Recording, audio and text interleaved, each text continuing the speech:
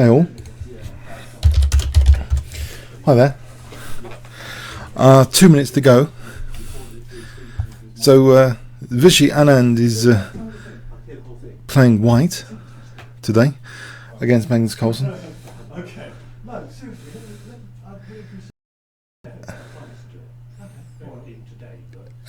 Can I can I enforce Pulsate Biscuit? No. Sure.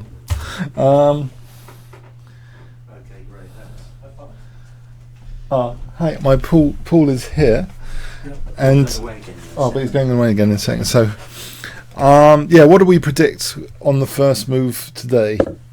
Well, no need to predict. D4, Fishy, Knight F6, C4. It's pretty standard stuff. Nimzo Indian with Knight C3 or Queen's Indian? Queen's Indian. D5 again. D5 is pretty solid. It's one of the more solid choices, isn't it? There's more exotic choices here. B6, a bit more exotic. There's a fantastic pawn sack line in this variation, potentially, which could come up. G3, which would be exhilarating if it did come up. So yeah, G3, pretty standard position. Can sometimes go here.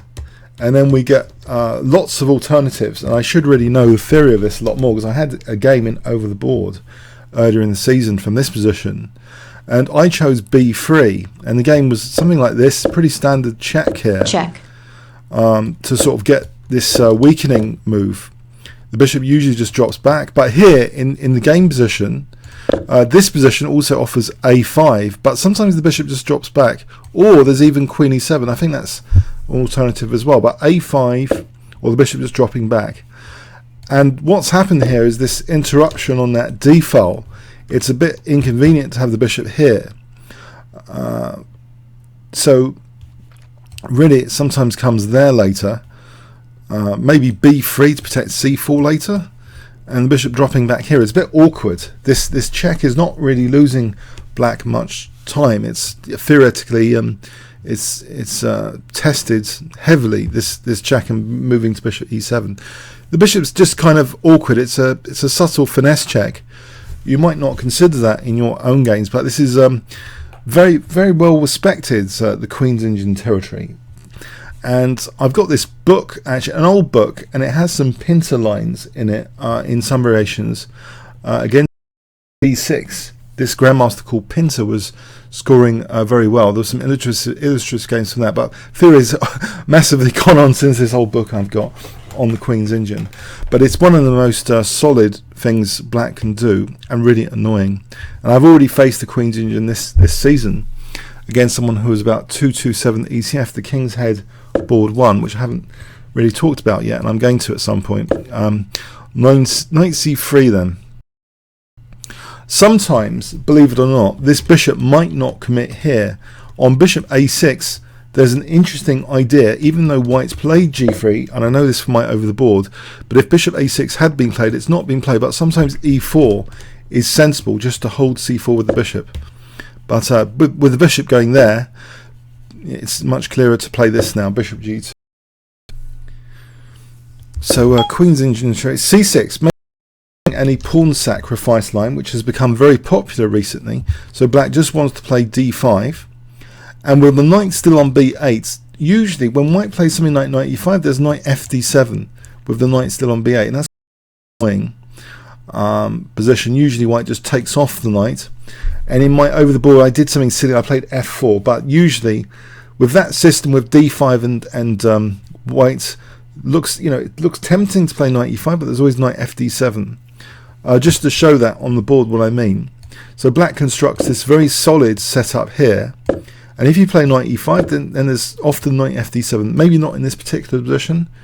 Maybe black castles first, but the knight waiting here, you just do knight FD7, and it seems a perfectly solid position for black, with the knight not yet developed, just waiting to recapture on D7. And it's very, very solid territory.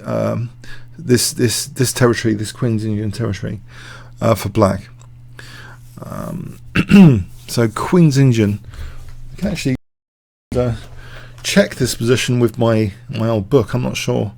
We're going to transpose into a very, very theoretical position soon anyway. I think maybe Paul knows a bit about this. This Queen's Indian territory, Paul. I'll put my tea over here. I think, you know, it's a really solid nut to crack, this position. I was just saying that you know, often that knight is delayed here, I think, theoretically. So Magnus has played this c6, and I was just saying that on c6. Oh, sorry. Yeah, okay. Reposition. On c6, say black constructs this very solid centre, and white's tempted for this. Right. Black often has this move here. I mean, that's quite thematic, isn't it? Yeah. And white usually just takes that off. Can we just go through the moves? Yeah. Because actually, the bishop a6 lines have been more common in recent years. Yes, I've had a bishop a6 on my own over the board game recently. It was pretty annoying stuff. Yeah, but this is slightly unusual. Maybe it's more common these days, but bishop a6 was certainly in vogue a few years ago. Yeah, immediately, instead of the bishop b4, just immediately to attempt. There's all sorts of moves here for white. In fact, a recent chess basic article, I think I was reading yesterday, mentioned this variation, where there's all sorts of moves, but it reckoned actually the queen moves are quite dangerous. b3 is not maybe as dangerous according to this article, but that wasn't played. So this immediate check was played, which is quite interesting. Losing a tempo but misplacing the bishop. Yeah, so this bishop's kind of interrupted. Oh, let's go back. Sorry, pardon me. Let's go back. Check. So yeah, the loss of time. I don't know if everyone appreciates this loss of time is compensated because the bishop's not ideally placed here. Well, the idea is the bishop's worse on d2 than on c1. Harder to get onto the diagonal. Very nice way of expressing C2. it. Yeah, very nice. Yeah. And if it goes to c3, it may be getting in the way of the knight. And also, do you think c3 there's knight e4s potentially if black wants to try and munch that? Well, it doesn't really matter about losing the dark squared bishop. I mean, there's usually tactics on this diagonal, though, isn't there? I mean, it's an idea, but then the bishop can possibly move again to f4 or so, or it can be taken if white retains central control, particularly if white can e4, e5 later. Play d5, closing off or d5, yeah, the bishop. So we have knight c3 here instead of, and that really contests c4 here. West. Yeah, so if bishop g2, there might be knight e4. Is that what you're thinking? Or maybe it's a bit. No, I don't think so. This position, no. All right, but it looks pretty sensible in this knight c3. Yeah. Yes. Actually, I think one idea, and I know this from my over the board recently because I tried to look at the variation, is because you've subtly delayed the f1 bishop with knight c4. a6 now you might actually consider e4, yes. And it doesn't. I know it looks terrible, but actually this has had some success. It doesn't look terrible. It looks good. Well, I mean, usually when you play g3, you put the bishop there. You don't want to weaken like the f3 square even more. But yeah, it's justified in the position because actually, is this bishop that great here? If this bishop is on this diagonal. Well, no, but black has some problems here. For example, if he plays d5, then bishop on a6 runs into trouble immediately. Oh yes, we're threatening takes and then check here to win the knight. So black has to take on f1 and there's this with the king. Yeah, I think Pinter. I think I was just saying, but I've got this book on the Queen's Indian Pinter lines in this where he's had. You play e5. Yeah, so this can be a very good position for white. Maybe rook c1 or king g2 later, and it's not a problem that the bishop didn't fianchetto. Black's got some light square weaknesses, and that c file, the c7 pawn might be a problem later. Yes. So it's just I was interested in the theory, a little bit of the theory of this. I mean, I had a look at this recently, believe it or not, territory. I think it's good to have some repertoire system against it. I don't know what Vichy's going to play to get if it's possible at all to get any sort of significant advantage. It'll be interesting. Well, but I don't know the theory, but e4 seems possible here. Yes, actually, why didn't Magnus play d5 in this position to control that e4 square?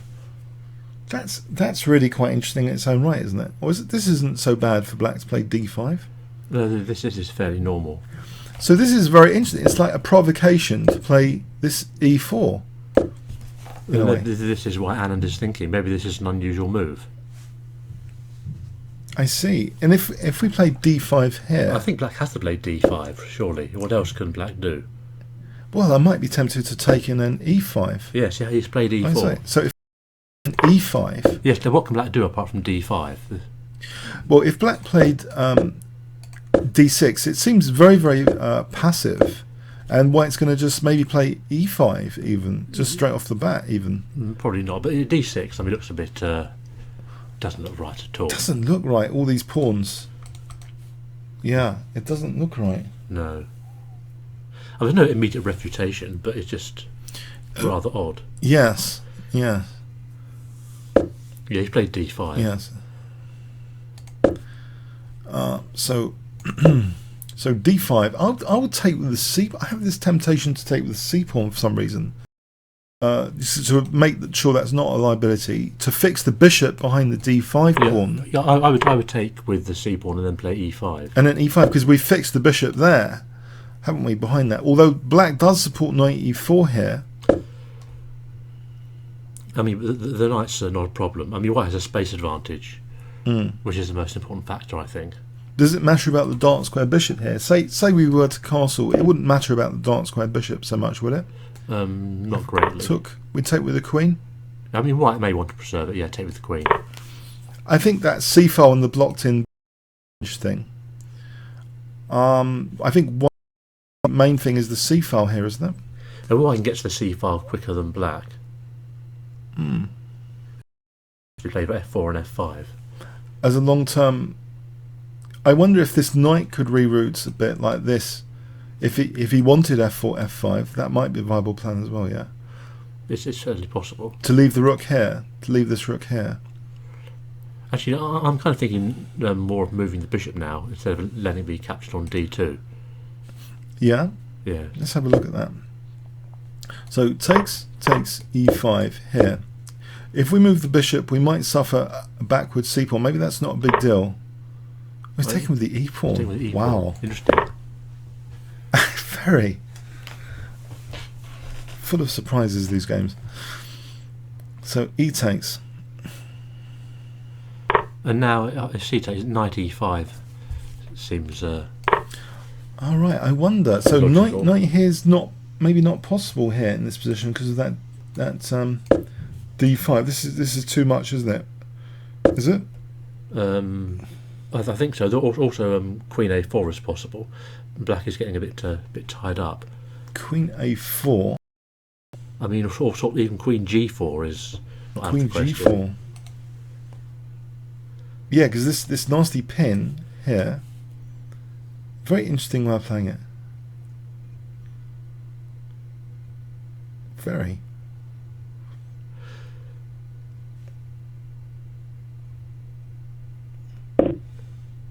Okay, so you just castled. I think is sensible.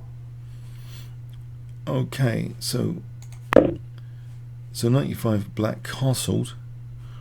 Well, in this position, we might want to try an annoying this because I think if knight bd7, well, knight fd, I don't know, knight bd7, we might consider knight c6. I think so. To grab one of the bishops. Yes. I don't think black would want to give up the light square bishop. Those light square weaknesses, mind you, tactically c4. I don't know. This is going a bit crazy for a7. No, rook c7, queen h6 is getting a bit crazy. That's okay for black. Definitely. It's okay for black in this position. Absolutely, because the bishop on g2 is just biting granite. Well, actually, black can take here maybe. Could possibly even win a pawn. Yes, I was thinking of taking with the rook. But okay, so white castled. Okay, so he's maintaining that pin on the d5 pawn.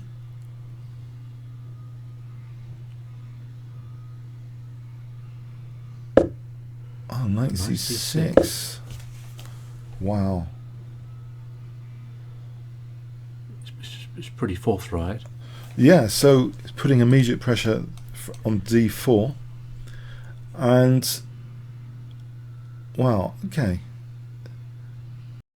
Maybe solid for black. If we took here as an example, is that pretty solid for black? It does. It looks fine for black. I mean, black is looking to. He might be better soon. He's threatening just queen d7 to take on c4. Right. And white doesn't want to take on d5. It's a bit of a epoxy isolated queen's pawn if we took on d5. It's just white is going to be clearly worse in this kind of structure. This structure here would be just a bad isolated queen's pawn. This is horrible. It'd just be very, and we've also got the weaknesses here. Yeah, then that's not so important. But it's just that's not the way to go. What about taking on d5 here? Is that a move to take on d5? Well, again, black could just take, or could take the knight on e5. Takes the knight on e5. Takes here, and then just knight d5. Knight takes. Bishop takes. This isn't good for white. This is pretty miserable for white as well, yeah? Yeah, it's not as bad as the previous one, but it's not good either. I think, though, this has a certain potential equality, no? This position. I mean, potential equality for white. We've only been playing for 10 minutes. Yeah.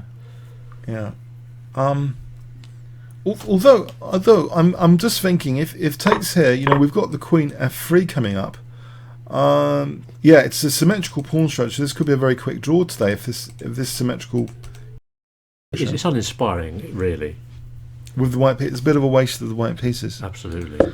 But yeah, what do you do against this queen's engine generally? It's a very tough opening to play against. Extremely tough, solid. Yeah, I mean, I don't see how white gains. Well, white can just play a move like bishop e3 here, just to defend the pawn. Bishop e3. Right, so we've still got a pin on c6, so it takes, we just take here. Lose a piece, yeah. So what does black actually do here? Okay, so say takes here. Well, that's not very good. You're going to lose a. Yeah, we lose. Take on d5. This is terrible. For black, this position. Yeah, well, maybe it's not terrible. Just take on e6. Yeah, we do win a pawn, don't we? Because takes here, we've got takes here. Check. So we've won a pawn. Yes. So that would be quite good to win a pawn. Get the queens off as well, maybe. Just yes. Just to be safe, but maybe you don't need to. Yes. Check. But it's just a pawn up for nothing. Yeah. No. So okay. So yeah. So interesting. Bishop e3. Yeah, the other possibility is bishop g5. Bishop g5.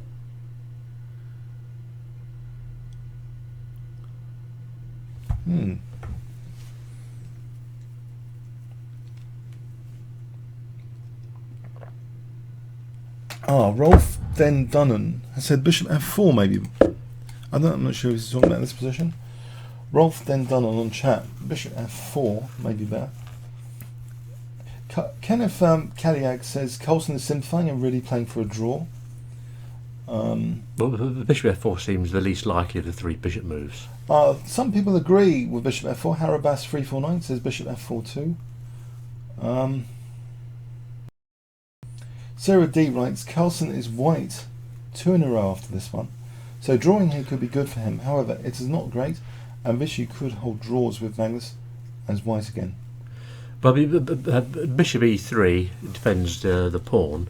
Bishop g5 is more aggressive with ideas of taking on f6. Bishop f4 is just slightly in the air. Well, we've got this option. It's certainly not out of the question. We want to take with the pawn here. Generally, yeah, because d5 is going to be a problem. It's even held here, so d5, we just win that pawn. So even better to take with the pawn there. So black can't play knight takes e5. Yeah. So there's no need to defend it with the bishop. I think black's going to need to play rook c8. In this position, say bishop. I mean, before contemplating taking on c4. I mean, wherever the bishop goes, rook c8 prepares d takes c4. Yep. So that's black's next move, quite likely, after the bishop's moved. I mean, it's possible you play something like bishop g5, and then chop on f6, and swap everything off. Okay, let's have a look at that. Leaving both players with isolated. So bishop g5, we're saying. Yeah, maybe something like rook c8. Takes here. Takes, and maybe now e5 is on prise. Yeah. But so take on c6. Take on d5. This could be pleasant for white. He's protecting his own pawn with this. This would be very drawish, Yeah, though. Opposite coloured this is going bishops. to be very drawish. Symmetrical, the dreaded symmetrical pawn structure. Yeah, this could be over very soon. Oh dear. Oh no, not a Queen's engine. I don't like Queen's engines. No. The other games have been mega exciting. But this, oh no, this doesn't promise to be right now. I'm going to get a drink. There's a slight danger of this game being boring. Oh dear. Well, you've got exciting games all the way through.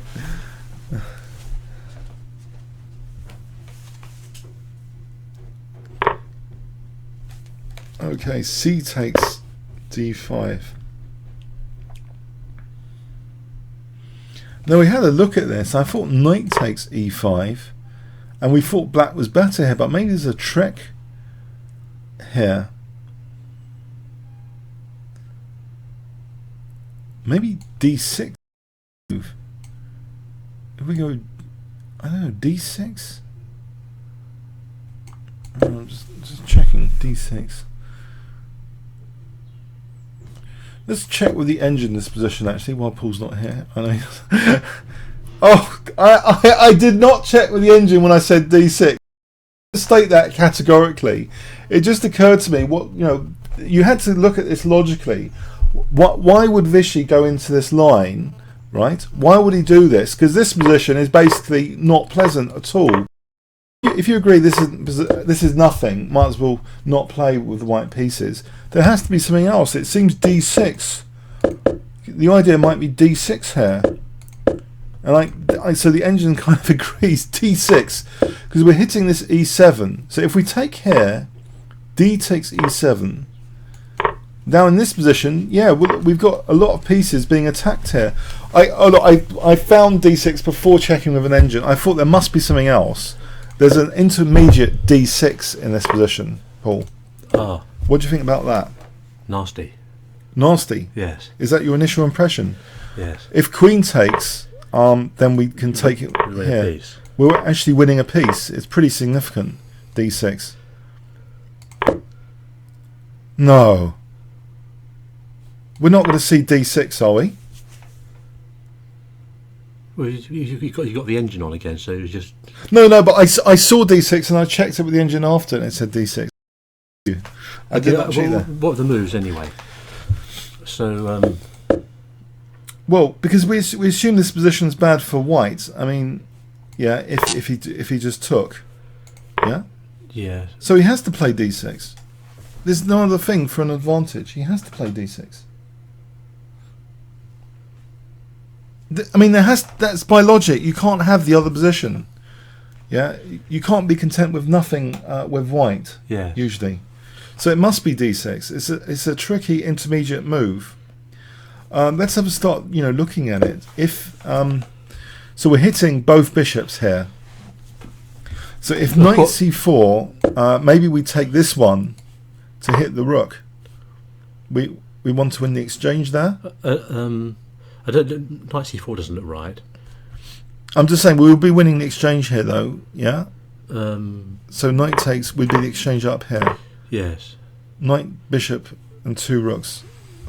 And I don't think the compensation's that great here on the light squares. There's some compensation. I think just take on G2 is if we take on G2, move. We take here.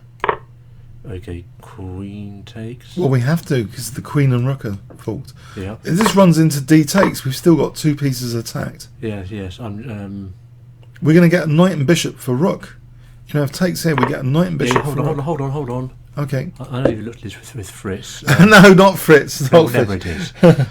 Okay, we'll put it back.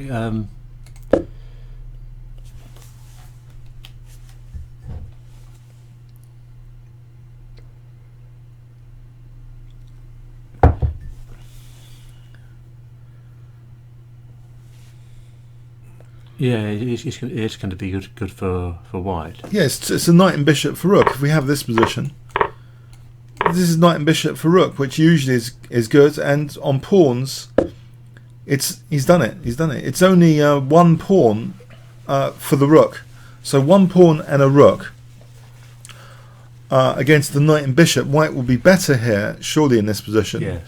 If we look at this position, The light squares are also a bit compromised.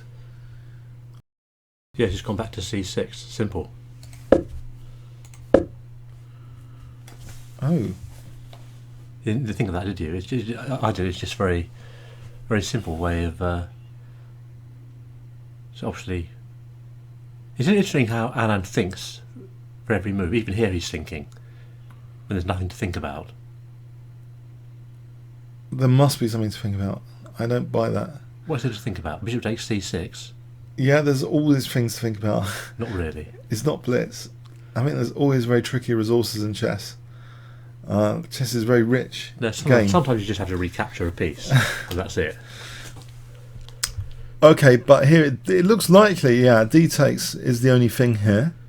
I would say so. We win that dark square bishop, and we can play that nasty pin in this position. No, we're threatening D5. Actually, hold on. I doubt it's very good. Is D5 a possible move instead of? No, instead of D takes I think D7. this pin is nasty enough, isn't it? This is surely an advantage for white. This pin. It's here. not just H6. Are you going to play D? Oh, H6. There's D5. Yes. This could get nasty quickly. With the advanced pawn established, like in the Anand win. If it takes here, D takes. We've got that nasty pawn. Oh, don't tell me mag openings have been a disaster again. How nasty is it? It's pretty nasty. It's not, it's not a sort of position the world champion should have really from the opening. I think he can't play this. That just take there. So, it's interesting that Magnus has played 3 different openings. This looks to me like a nasty pin In 3 games, 3 different openings. Yeah. Don't you think that's interesting? I think this is nasty, isn't it? We're threatening D5. If rook, say rook D8. Let's say rook D8. I think we just play D5, do we? You don't think it's interesting that he's played 3 different openings? Yeah, yes, but he's not getting. If he's getting these bad positions, that's going to be a concern. I mean, it's just either he's prepared a lot, or he's not really sure what to play, or he's not satisfied with what's been happening so far. Mm. Yeah, so rook D8. We play D5 here. Yeah, he's taking with the queen. Is this any good to play D5 in this position? Or not? It's a bit committal. Whatever with the D pawn on the fight. If we want this pin. No, the D5 is. I mean, what happens after D5? He's played for that pin. So if we play rook D8, D5, I wonder. Just for sake of argument, let's say knight E5. Just for sake of argument.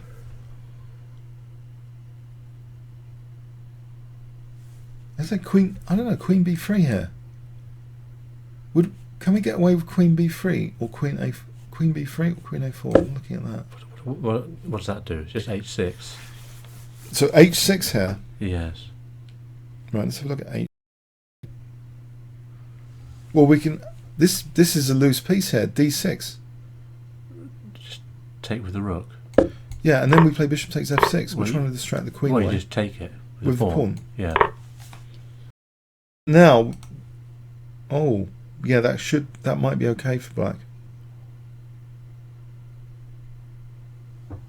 That looks okay. It's not a big deal, is it? It's not enough. Let's go back. Oh, he's just played. He's played H6 very quickly. Immediately. Okay, so what happens after D5 then? Say we have this. Yeah, I suppose rook A D8 is logical, isn't it?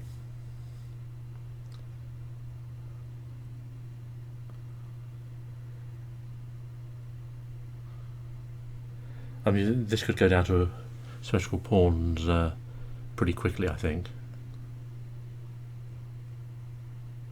Oh, haven't we got queen E2 in this position? If we play queen E2,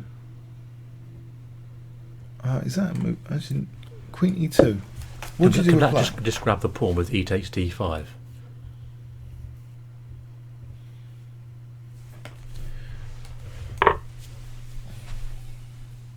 I mean, black's going to be a pawn up, even if you double his pawns.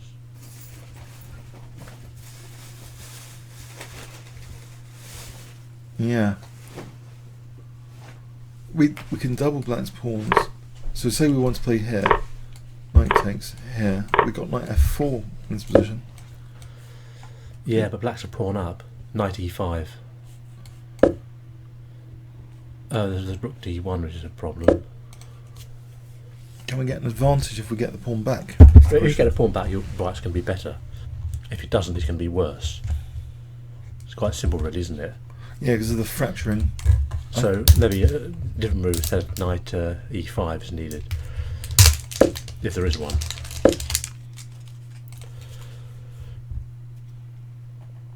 Knight D4. No, knight D4 we just play rook D1. Knight D4 doesn't work.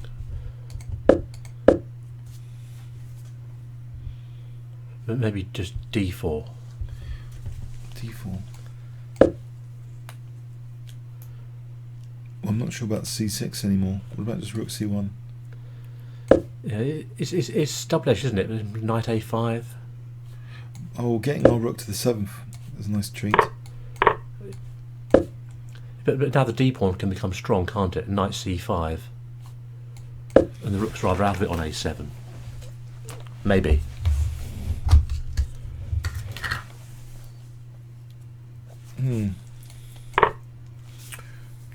I'm not sure. This is a beautiful knight on F4. But the rook's not doing very much on A7, is it? Maybe stuff like King F1 later, if needed. And rook coming back. Let's go back to the game for a moment. So D5. So basically, if takes here, this looks good for white. Do we agree on that? Yep. That looks pretty unpleasant. I don't know. Bishop A6. Does it look really that unpleasant? He's played D5. Bishop A6. Yeah, rook E1. It's an unpleasant reminder of the other game, isn't it? With a passed pawn. Yeah, on the C file again. Knight A5. All right, D5, Knight A5. Well, there's no loose piece now, but There's D6.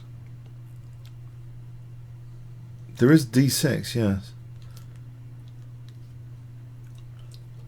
That looks very tempting to play D6, doesn't it? It's quite tempting, isn't it? Alright, now, okay. So say Queen D8. Or Queen D8 or Queen D7, I'm not sure which. Yeah. Well, I Queen D7 I don't like the look of after, say we take this, yeah, and then we take this, and then we've got Knight E4 here. Threatening to fork. It's a bit dodgy, isn't it? That looks very dodgy to me. You know, play a check. And then we can play there. You know, it'll be terminal. You're not playing King G7. I'm just saying it'll be terminal. So D6 looks very tempting. There's no rook here. We just take here. So D6. So I don't really believe in that. Say Queen D8. Yeah. Fascinating. Maybe black's just solid. I don't know. Is black solid? Well, of course, white can now retreat the bishop somewhere.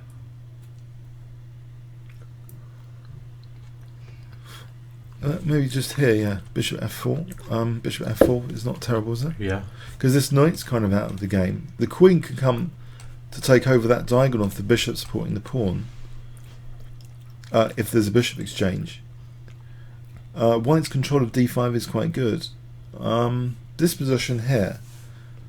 This seems rather good for white to me at the moment. Yeah. I just wonder if there's preparation on either side.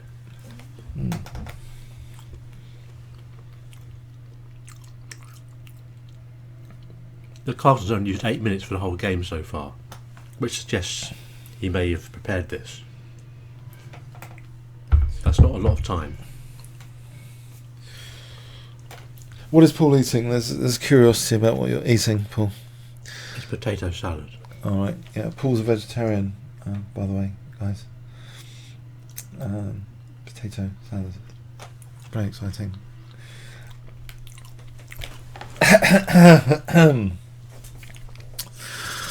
So, okay, so this position, let's go back here. So,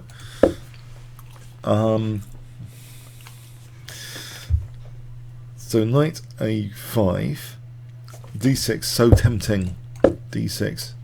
I don't think there's any other move, otherwise we're just going to smash black's pawn structure. It'd be a wreck. We can just take there, and then we just play knight e4 after. So I think queen d8 would be the only move, personally. Queen d8, bishop f4 seems the logical move. Why would we want to give up the dark square bishop on f6 here? Would there be a reason here? Takes, knight e4. No, lose a pawn. Now we lose this b pawn. I'm going to keep my dark square bishop.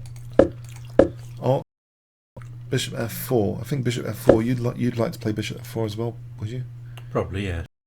Supporting this, which means the queen is freer to move. So, you know, say the bishops got exchanged. Right, say knight c4. Black clasping at that as an example. We've got things like queen d4. Have we? And then we've even got bishop. Say the knight. Well, that would be suicidal. The knight be trapped. Where's that? Trapped. But say the knight. You know, but we've got naughty intentions here of actually queen d4 and bishop e5 for a battery here. Queen d4, knight c6 though. Then maybe queen here. Or maybe e5. Oh no. If we support that, this is going to be a nice pawn on d6. Yeah, I think this is. I don't know. I think this pawn is more of a strength than a liability at the moment from these variations.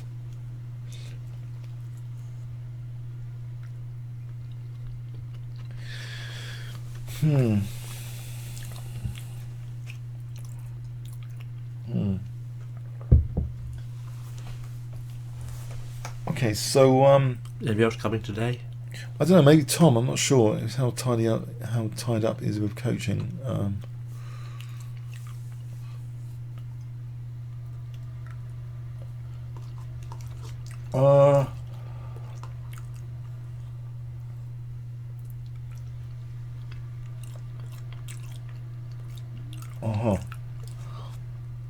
Okay. Yeah.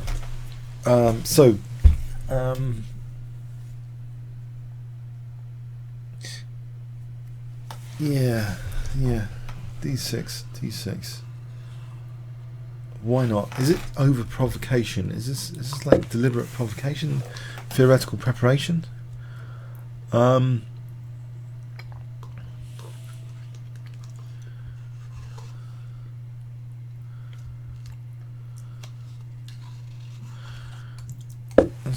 Actually, I'm looking at this knight as well, being a potential target in this position.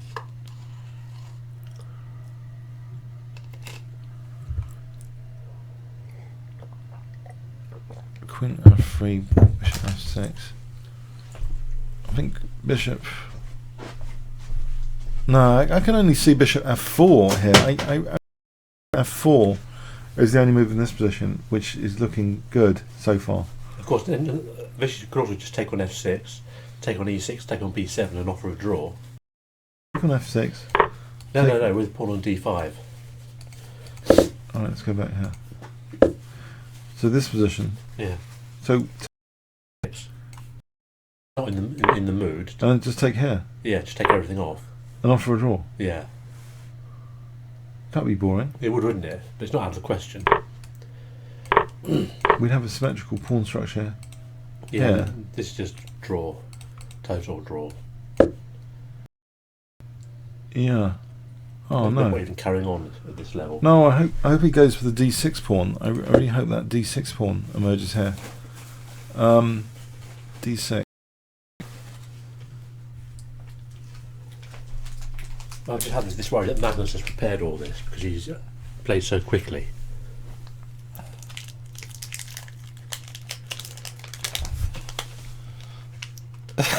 What's that, Paul? It's a cereal bar. Oh no! What do you mean? Oh no! Oh no! Away from the microphone. I think some people are not impressed. Oh no! Sorry. You mean unimpressed with people? Great.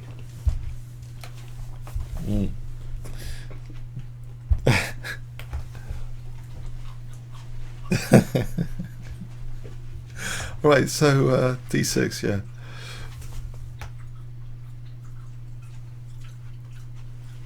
D6 is the exciting one, I think, in this position. I wonder what else. Oh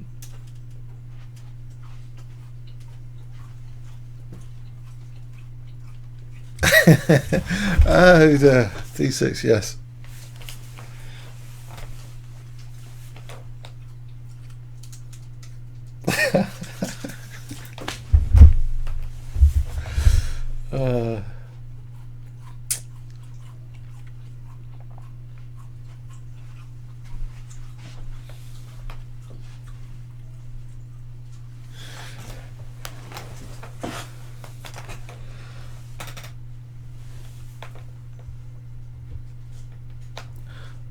So, what do you guys think instead of D6 here could be played, or do you think D6 is the most likely move here? I mean, for me, it seems the only way to play for an advantage to play D6 here. Let's just check that again. So D6, Queen D8. We're saying Bishop F4. Is this a strength or a liability? So this question about this pawn, strength or liability? Okay, so I mean, say Knight C4. I think Queen D4 is a good response here, isn't it? Sorry, Knight C4. We just take the bishop. Pardon me. No, I mean taking here on Knight C4 here, Queen D4. Yes. And that knight would be trapped on B2. We just trap it, and so that knight is looking offside. Well, it's just wrong to play to C4. Yeah. Okay, so we leave it there. White here seems to have a nice position. He might be interested in Queen D4, surely, because if Knight C6, Queen A4, maybe. I mean, maybe that's still a plausible move. Or, I don't know, maybe just Queen A4 or Queen E2. Queen F3. Actually, Queen F3 is a very nice diagonal, isn't it? That's a very nice diagonal. If we have a rook, this rook, move Freddy the F rook to D1 after. Yeah? That would be a nice support. I can't see the downside of the D6 pawn, can you? There's not much of a downside to that D6 pawn, surely. Well, it could be blockaded, round up and taken in the long term, but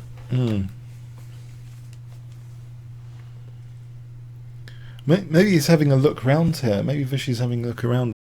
Pawn. I think he's wondering if there's been preparation, because as I said before, Carlsen's played very quickly.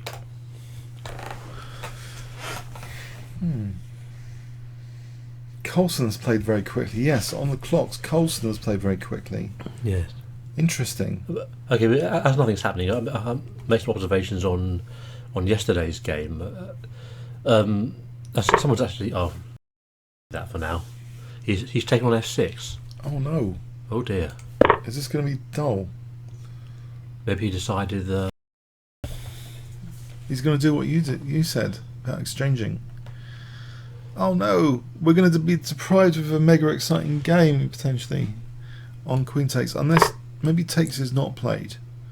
What else is there here? What about D6 here? Is that terrible? Yeah, but surely you're going to play D6. If you're going to play D6, you're going to play it immediately, aren't you? I mean, before against tempo on the Queen. To play D6 now is just illogical.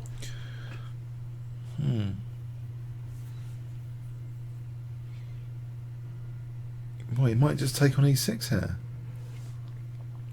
Oh no, because if he plays d6 now, it looks as though black's dark square control is much better than before. You know, say we could take here. This doesn't look like anything. This d6 pawn here, does it? No, it's rather weak. It's rather weak now. Yeah, knight b7 is going to come out, and maybe even c5 later. But d6 is just nonsense after bishop takes f6. Yes. I mean, he's not going to play it. No, I'm just Yeah. trying to illustrate that it doesn't seem that tempting here. Well, no, I mean, he just loses the tempo on the previous line. That's a bad version of it. So you think just taking here is the intention of this one? Well, he's got other moves like queen a4. Oh, queen a4. I mean, it's not threatened, so... Or... I'm just running queen g4. Is that a move? Queen... Control square. Queen g4. Is that so terrible? If we played queen g4 here. Right, but what does that do exactly? Let's go back to the game. So queen f6. What does it do? Yeah. I always feel you're, looking for checkmate. You'll think, all right, I'll put the queen off the king. But no. It's a grand positional strategy. Queen g4. Yeah. Okay, very deep. Very deep. I'd put rook on d8. Not really sure which one. Rook on d8. Yeah, rook a d8. Yeah. Okay, so... Okay, well, I suppose you can take on e6, maybe, and, weaken the pawns a bit. Yes. So... Yes, positional, we see. Positional, structural damage. That's something. So queen g4 has got something... Yeah, queen g4 is not stupid. Exactly, that's why I suggested it, But maybe black just take on d5. With a rather simple idea of just grabbing... b2, so just take on d5 and queen takes b2. Yes, that would be a pawn up. Yes, that does seem to be a pawn up without any compensation, it seems, whatsoever. That's a downer, isn't it, on queen g4?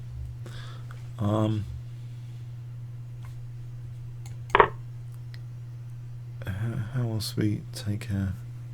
Oh, no, that's looks pretty much a downer on that move.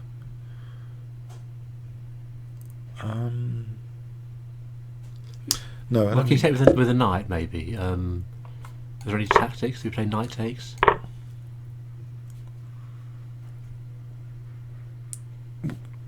I see, we'll be on the rook if takes here. Possibly black and just is there anything here? It looks slightly aggressive, but... I wouldn't have thought so. No, I don't think so, no. I think we're ruling out queen g4 quite rapidly. What about just... Oh, this is dull. Bishop queen f3. But maybe that applies to other moves like queen a4 as well. Yeah, maybe. So queen f3, lending support, lending support for d5.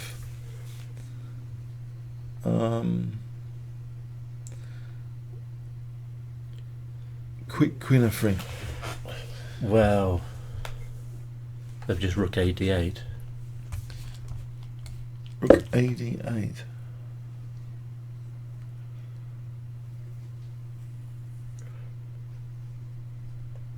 Hold on, again, why can't black just take on d5 again and then take on b2? So take here, yes. That's a very good question, Paul. Yeah, I don't think this would be worth it. Queen takes a8. Well, I was going to talk d5. Knight takes, queen takes b2. Oh, yes. This is a fun killer, isn't it? It's taking on b2 business. Yeah. Oh, I think we just... Oh, it looks likely to just play d takes. Extended rest day. Oh dear. Queen's engine. So who's at fault here for this boring game if it's a quick draw? Magnus? playing Queen's injured. Should play the Dutch defence Leningrad. Yeah. Or the Stonewall, or You mean he didn't want tons of weaknesses with those openings? Is that why he steered away from them, or Snake Benoni? modern Bodoni? Bit out of fashion. Yeah. Or of course just one knight c6. That will have Annan shaking in his boots. The problem with d4 knight c6 is It's not very good. actually white can just play knight f3. I've had knight f3 played against me, so we Yes. just end up in Roy Lopez territory Roy Lopez potentially. with d4. D4 knight c6 knight f3. What do you play here with black? How's that end up in a Roy Lopez? It could do. No, it can't. No, thinking about something else. Hold on a sec. What am I thinking of? No, No, I don't know what you're no. thinking of. no, something else. I think maybe e4 knight c6. I was thinking. Yeah, well, e4 knight knight c6 now yeah. in Roy Lopez. Yeah, knight f3.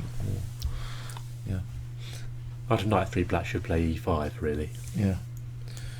It's just the best move.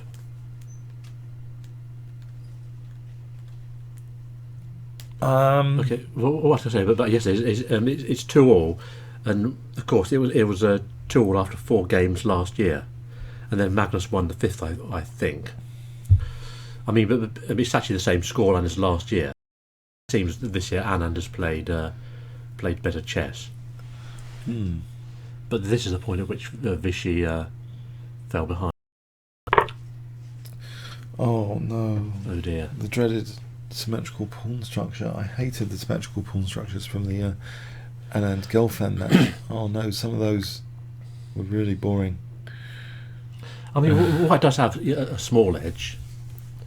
I think that's pretty clear. But it's just not going to be enough, is it? I mean, it's going to gain a tempo on the queen with rook e1. The knight's on a limb on a5. All right, so say what do we want to play? Take this back, because otherwise I there's a think check. Queen takes, yes. If we take it's check, Just lose Check. the pawn. and we're gaining a pawn because the f pawn's protected. There's no cheapo here or anything. There's not pressure for that. So basically, we take on e6 with the queen to maintain the structure. Yeah. And we've got this dreaded symmetrical pawn structure, I'm afraid, which often means, I mean, with some bit of simplification, I mean, maybe white takes here. I mean, does white want to resolve the tension of the bishops by taking queen f3? Because the queen f3 is looking reasonable here to play for controlling that diagonal. White may just start with rook e1, hitting the queen. Uh-huh. Kind of natural. Starts with rook e1. Well, he might do. Yeah. I don't know. So, yeah, but then queen f6, we've taken away the parking space for the queen here. Yeah. Queen f6. Yeah. Yeah. So I don't know. Maybe just taking here. Here, I give the knight c5. Then in this position, This is just nothing at all. it really does look like nothing. Yeah, it looks as though there's no creativity here. The pawns are the soul of chess, and they're saying, "Oh, symmetrical." The pawns are actually killing the creativity here, the pawn structure, without much piece tension or anything. No one's got this extra special imbalance, trump card over the opponent because of that symmetrical pawn structure. And symmetrical pieces as well, don't forget. And virtually symmetrical pieces. Well, no, I yeah, mean, virtually. They Yeah. have the same piece. So there's no knight against bishop. Yeah, the same pieces. Sorry, yeah. Or similar. You could say the knight's actually better than this one. The knight on c5 is better than the knight on c3 here. Not or not. really, no. It's controlling some you can go decent to squares. d5. All right, yeah, okay, yeah. Oh well, just as well we didn't have Tom yet, the tactical genius Tom, because there's not that much exciting to explore for king attacks. If you don't Pass come pawns. along after the game's finished.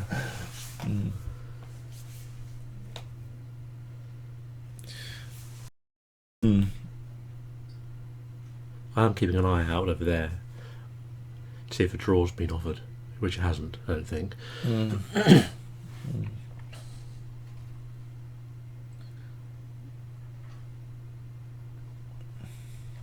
I did. The interesting thing about yesterday's game was lots of grandmasters were arguing about the isolated queens one, if it was good or bad, and quite a few said that they thought white was just better. Yeah. But Karyakin said interesting. He thought that black just had the advantage. Yeah. But there's this view developing that Anand plays too defensively, and he could have played for the advantage, but he just fears Carlsen, so he was happy to settle for a slight disadvantage in a draw, even when he had an edge. Yeah. Yeah. Which is psychologically bad.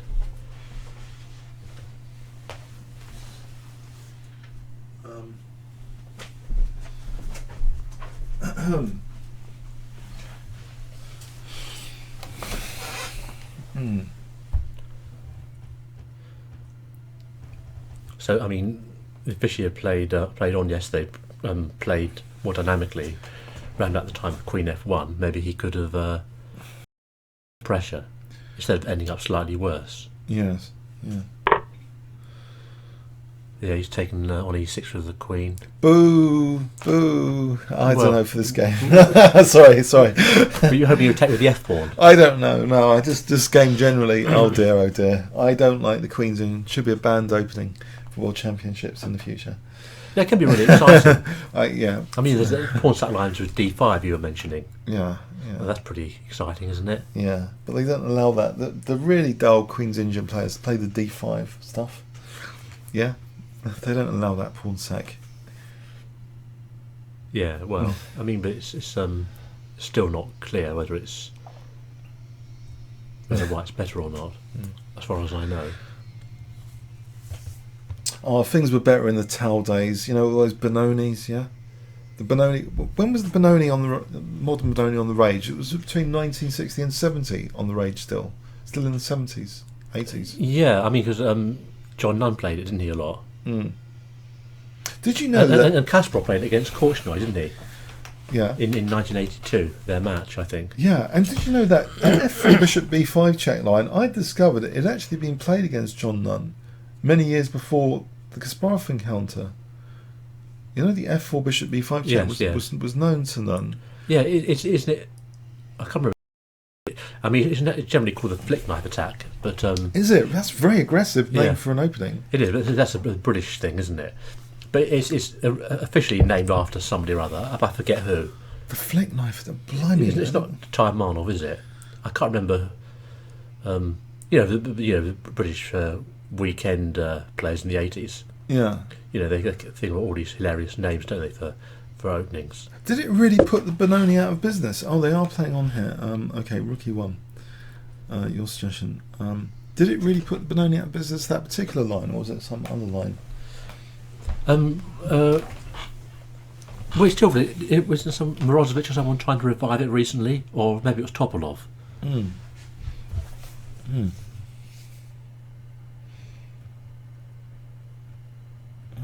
Interesting.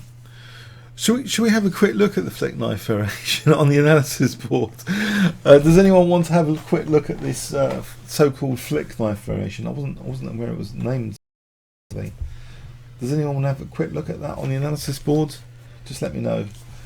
It'll be a bit of detour. We can have still the game position here, but we can have a look at this other opening if you want. I can't remember any of the theory. But there was some amazingly exciting lines in that.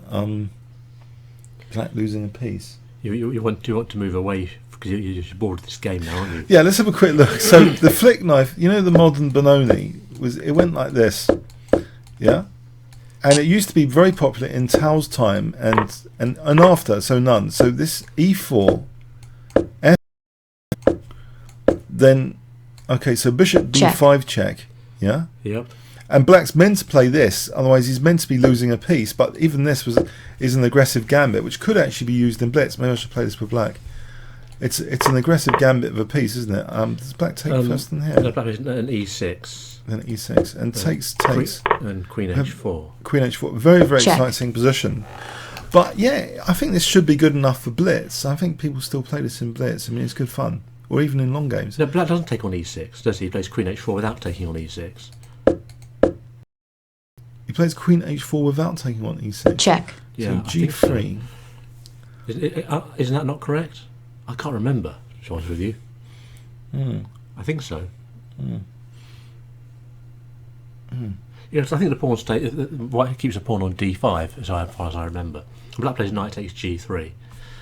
It's very exciting, isn't it? I mean, they should play this, yeah, in the World Championship. And it ends up 2 rooks for a piece. And White takes on d7 a couple of times, and yeah. So because of that, anyway, it's supposed to be busted, that line. So because of that, Black's supposed to sort of is it busted? I don't know. These things change. Play this, and then there was this. Was this A4 Kasparov played? A4. Oh, A4 to stop A6 and it B5. was something like knight A6 in the Nun game.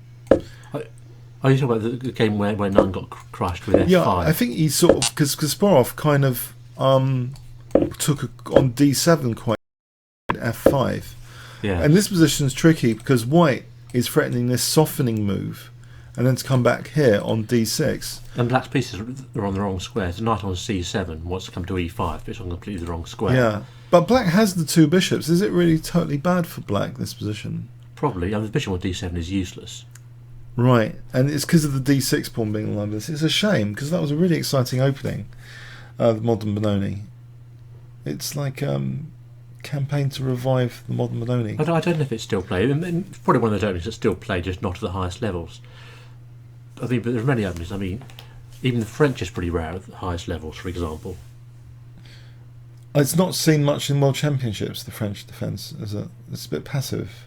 There's so many things White can do against the French. All right, let's go back to the game for a moment. Bit of a detour there, yeah.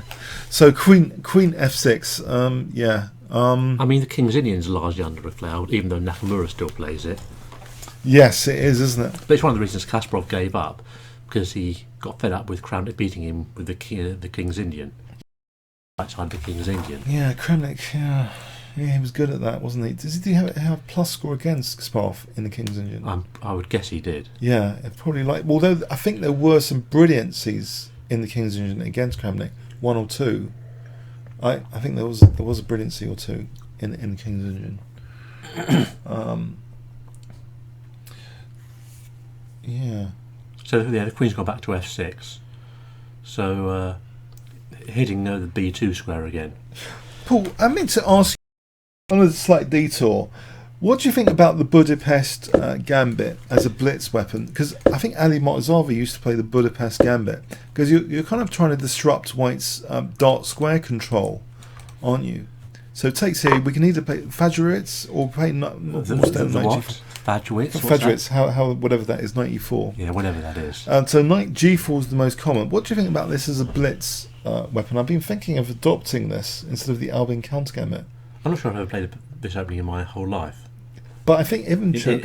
In any kind of game. Yeah, Ivanchuk... Yeah, I think did he?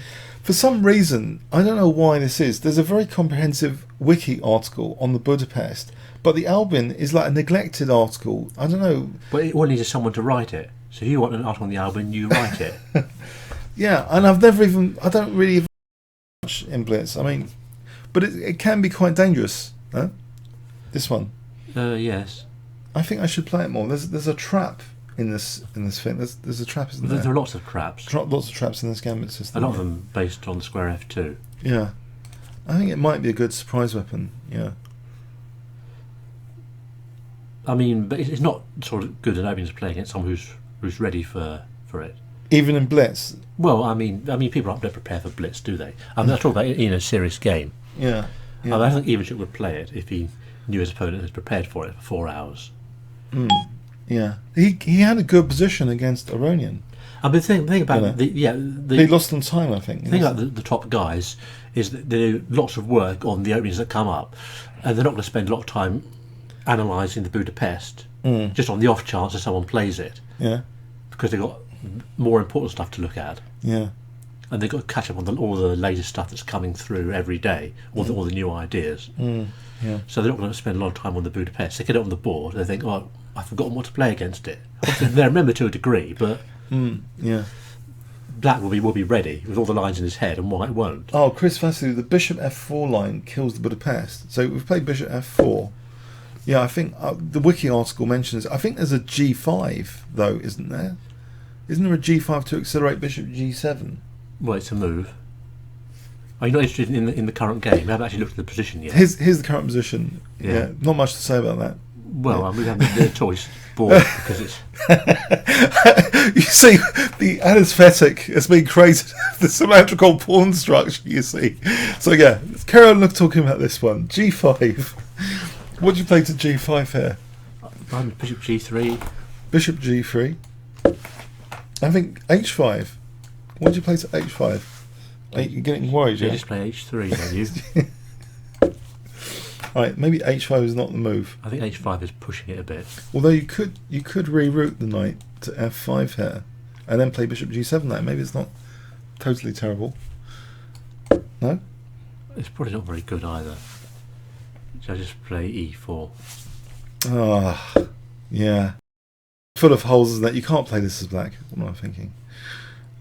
I might do some research on it first before giving it a punt. Yeah, on 5 minute. Yeah. Okay. All right. Let's go back to the game. So Queen F6. Yeah. There's nothing much going on here. I'm thinking if Bishop going to think and then just take the bishop and offer a draw. Oh, yeah.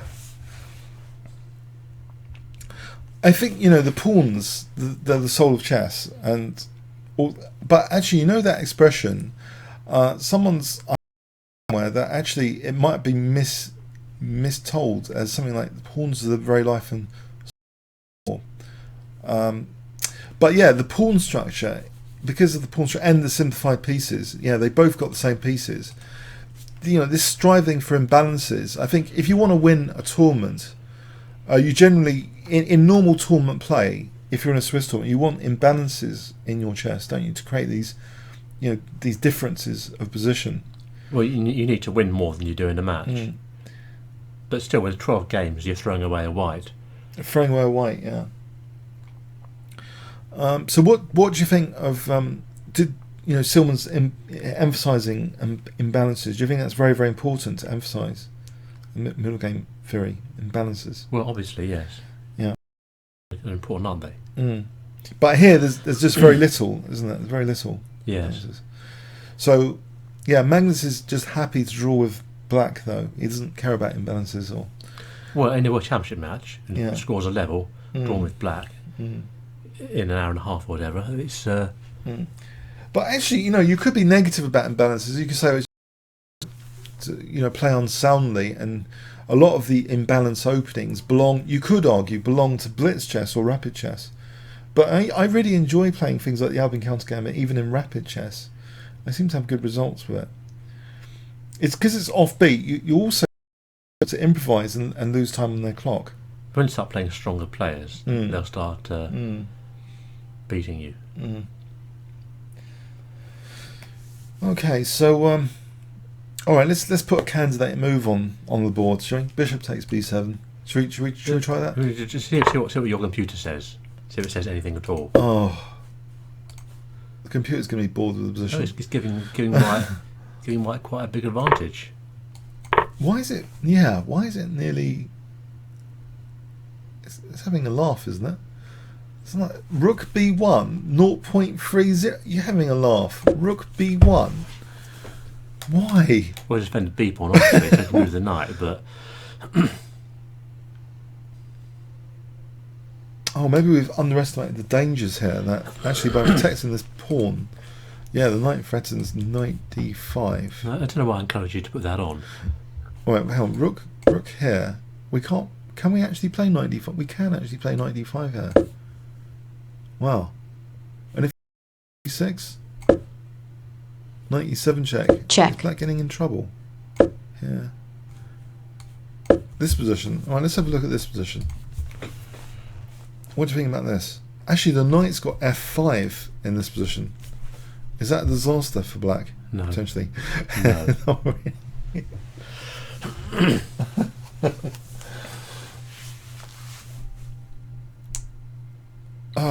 So we're hitting the knight on b7. Say that goes there. Should we go there? Yeah, why not? Yeah.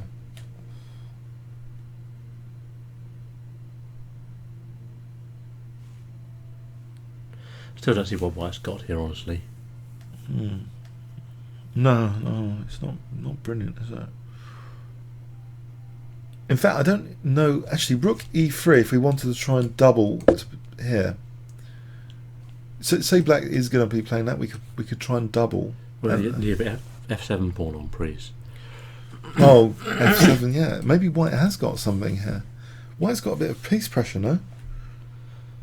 Yeah, I mean, black's probably played quite badly, but it's still pretty drawn. I don't know. If we double, I mean, maybe the game. This would be a pleasant position coming up if we could double and play knight f5, because there is a slight Achilles heel in black's position. That f5 square. I think black should try and keep the queen on f6 if possible, so it's hitting b2 and f3. Let's go back. So, okay, this position. No, if exchanging off for knight d5 is interesting. You could argue. Alright, so we take we play rook b1, the killer move, rook b1. It's a killer move. We can play knight d5. Oh dear, oh dear. Yes, rook b1, the killer move. So white gets in this knight d5 with the idea potentially of knight e7 check. How does black defend this then? Well, I mean, defend against what? Against knight d5. It's not really a threat, is it? It's not really, but it's threatening to create pressure on the centre file and establish a knight on f5 later. Maybe just rook fe8.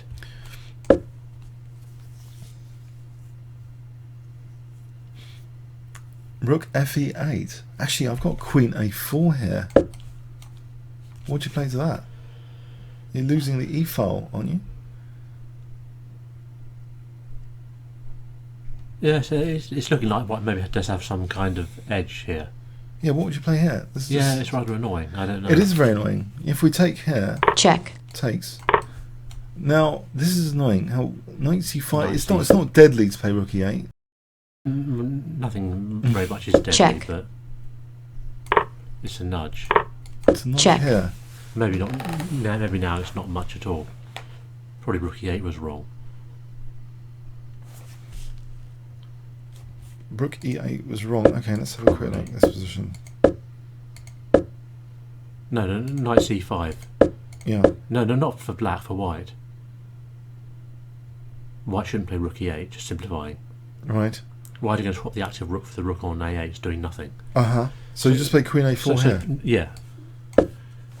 Yeah. Okay, so say takes. Check. And then Knight c5. knight c5.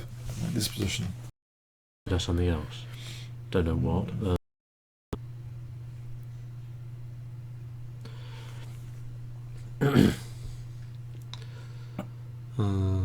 Queen c4. It's not really very scary, is it?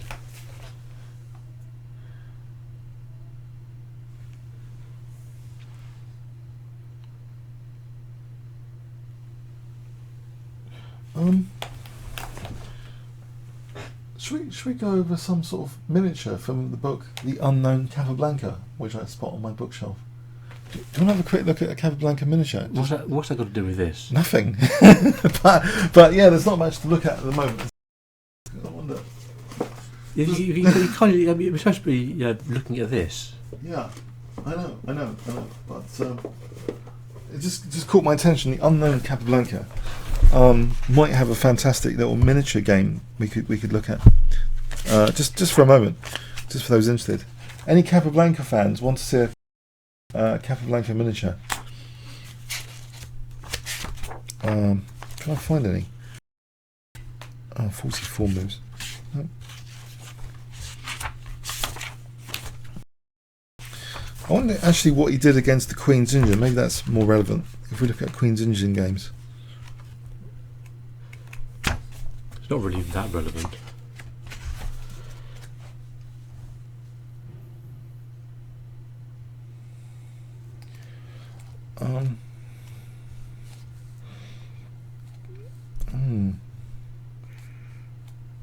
Okay, so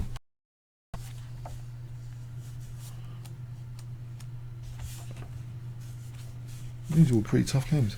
Oh, hang on, I found a 24 move game here.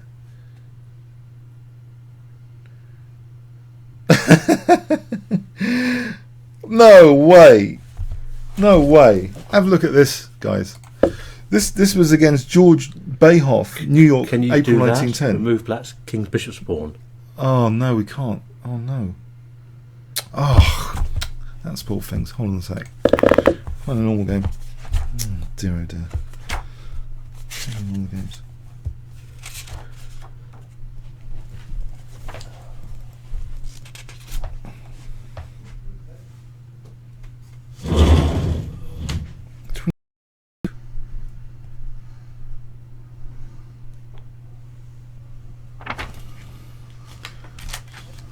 Capital is not aggressive or tactician, you're right. I'll find a towel book. Hold on a sec. Towel book. Unless there's a chessboard. Actually, I haven't got that many got the towel right here.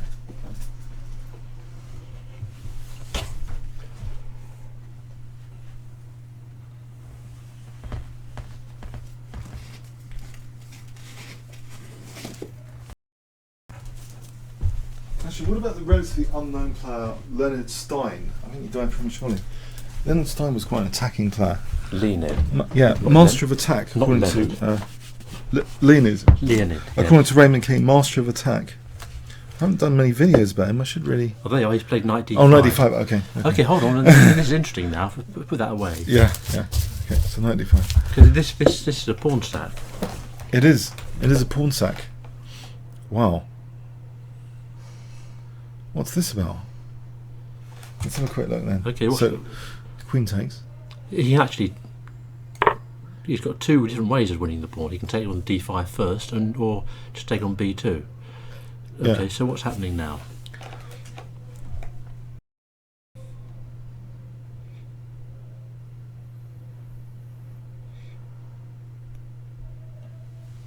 Okay, so queen takes b2.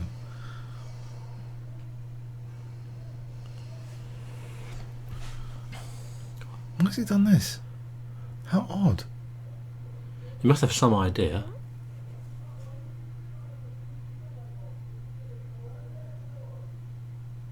In this position, actually, isn't rook e2 almost interesting?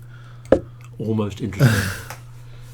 Well, the queen doesn't have that many squares. Yeah, if it goes to b5, we've got knight c7. Yeah, that has to go to a3, doesn't it? Exactly. Exactly. What's wrong with that, though?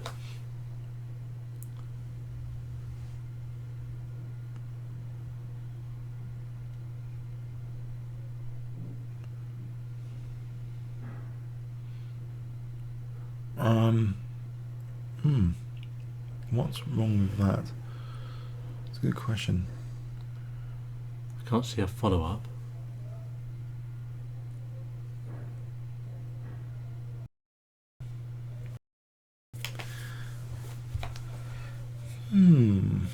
Okay. I'm wondering. Yes, what's the follow-up as well? Funny enough. I've got some vague idea here. Instead of rook e2, could I play rook b1? Giving up another pawn. Yeah, well, there's an idea here. We're going to play rook a1. Oh, I seen it. Oh, you naughty tactician! Pulls a secret closet tactician. I've seen it. What a naughty tactician! Yeah. And queen moves, so we take on a5. Yeah. Loose piece of that. Oh no, the queen's defending it. Hold on. That's fly in the ointment, isn't it? Yeah, it doesn't work. It doesn't work for knight e7. Check. To try and, but no, we can play rook. No, we can't play rook b1. So, yeah, but it's an idea. If it wasn't for queen I think b2, you must have some idea, and it forces a draw, doesn't it? Actually, doesn't that just force a draw then? No, it doesn't. we can go to a3. So at this position, we can't bust black here, can we? Can we? I don't think No, so. no, wait. Insert here, rook e2. Let's insert rook e2 first now. Where does the queen go here?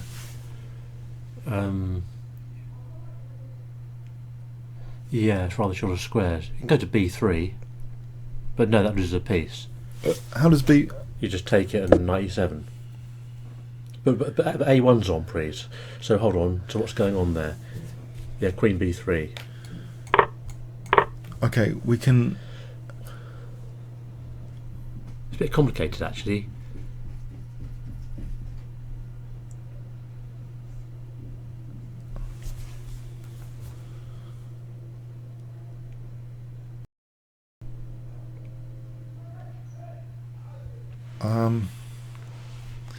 Intriguing.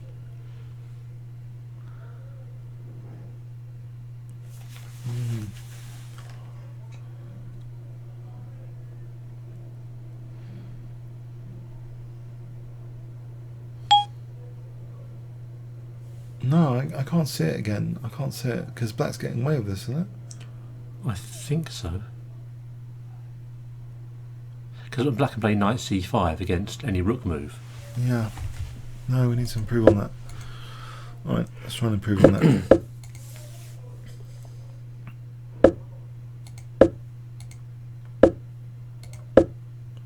So rook b1.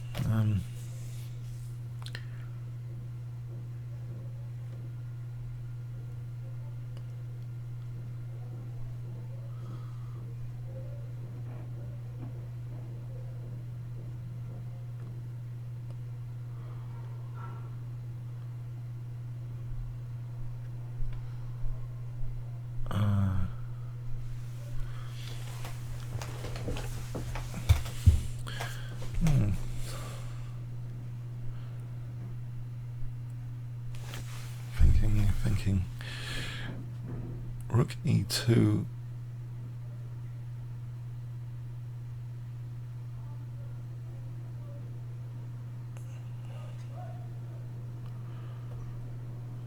Nope.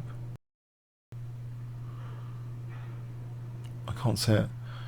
Wow. I can't see what the idea of this is. Someone's mentioned rook e2, queen a3. Oh, truth crackers. Rook e3 could be as that. Rook e3. Now, what happens if queen c5 or queen d6?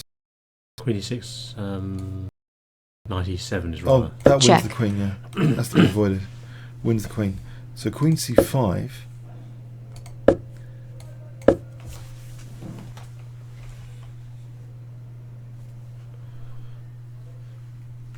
The queen's rather struggling for square. Rook c1 as well now. Hang on. In this position, isn't there rook c3 or rook c1? Rook c1 more natural. Actually, that wins the. Why is the queen struggling with squares? It's actually winning the exchange, isn't it? It looks like There's it. only queen b5 when we win the exchange. Yep. So is this a way of getting a draw or something?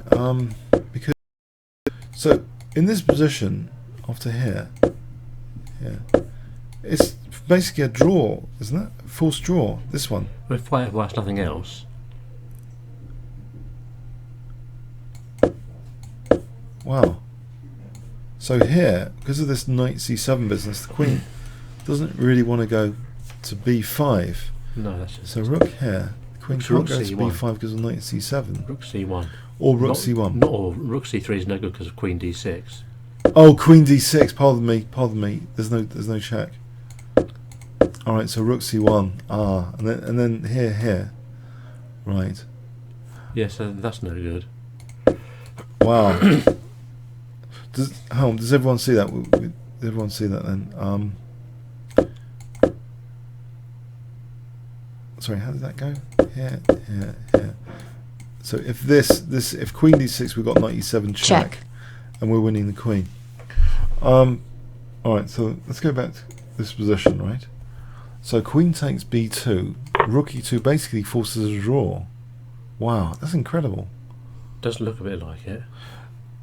And if bishop takes, well then bishop takes and we're not losing the pawn, and we've actually got this imbalance. The bishop against the knight on a5. Yes, and that actually looks fantastic. In fact, in this position, isn't there b almost potentially? There's knight here.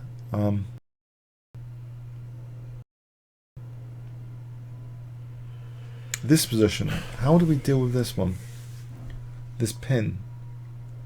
Or do we just play something like queen f3? Yeah, black should avoid this. We just play queen f3? Yeah, but black doesn't want to. play bishop takes d5. It's just good bishop against a bad knight. No, hold on. I think there's something tactical though, as well. If takes here, we've got rook e7, haven't we? Oh no, we're losing the rook. Hold on a sec. I want to get rook e7 working though. So what do? I want to play rook b1 first. Yeah. What do you play? Well, you just play queen f6. Black's a pawn up. Queen f6. Yes, that looks pretty solid. Pawn up.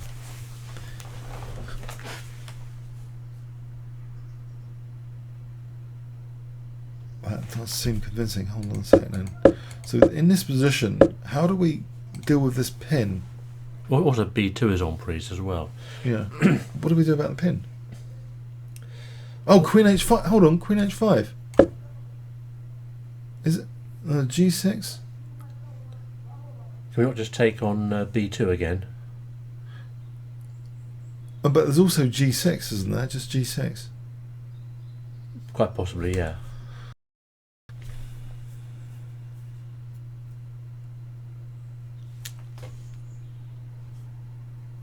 So hold on, this position here, you're going to play queen f6, pawn up. Hold on a sec.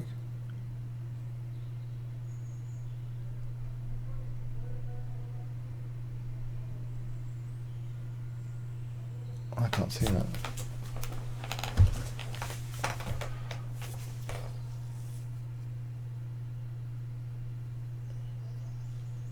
No, hang on, just simply this.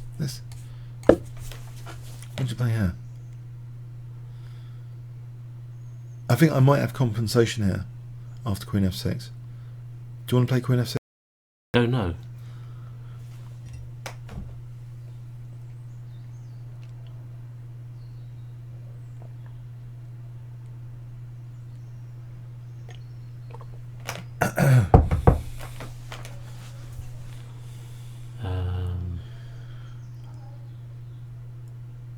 Let's just show it. I think. Yeah, let's just show it. Rook d7 I like. Right. Yeah, just defending. Rook d7.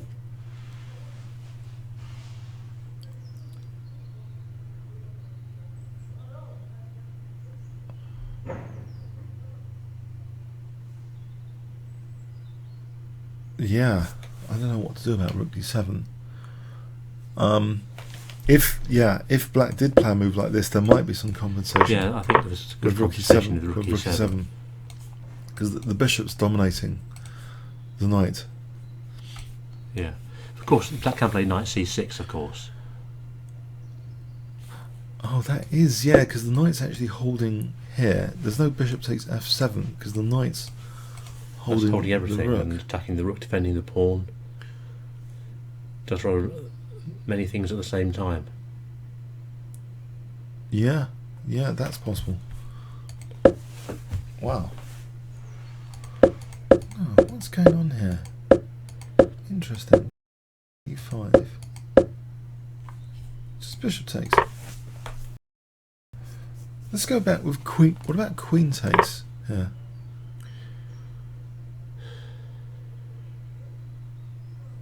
With rook a8 looks pretty good. But now we've got this bishop imbalance. Oh, he's taken on d5. It's interesting. Yeah. I think we could just move the queen here, couldn't we? We've got an imbalance. Well, I was thinking rook d2, but maybe there's rook e2. Yeah. Rook e2. All right. So defending b2 and f2. We've got an imbalance, and this is like ace. There's nothing to overload the queen here, is there? Is there? No. So this would actually represent something, an imbalance in the position. Yes. I mean, black's more active at the moment with rook fd8, but Oh, so we could just play this. Play. No, that's too dangerous, is it? Or is it? I don't know. We can take that with the queen on here. he's taken with a bishop on d5. Oh.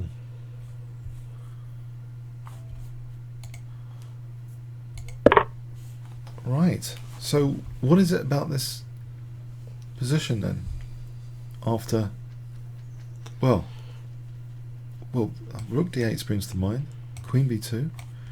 Let's look at queen b2 first. That loses the exchange. Oh, sorry. We just take on a8.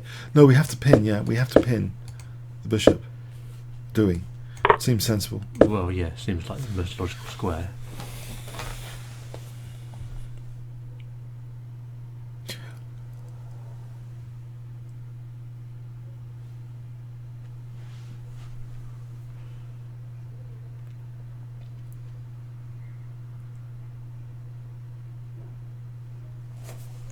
Ah, man.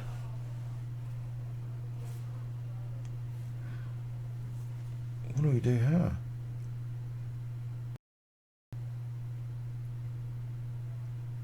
This position, just queen f3. Hold on, let's just look at queen f3 again, yeah? So you said queen takes b2, yeah? Yep.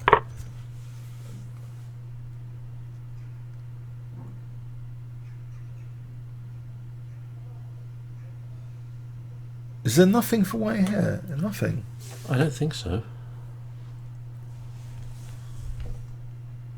What about just say rook c1? Let's say rook c1. Yeah, we're just going to play queen f6, are we? I mean, maybe just rook c7. Rook d7 again. All right, you play rook d7 in this position. Yeah, why not? Just defend that 7th rank.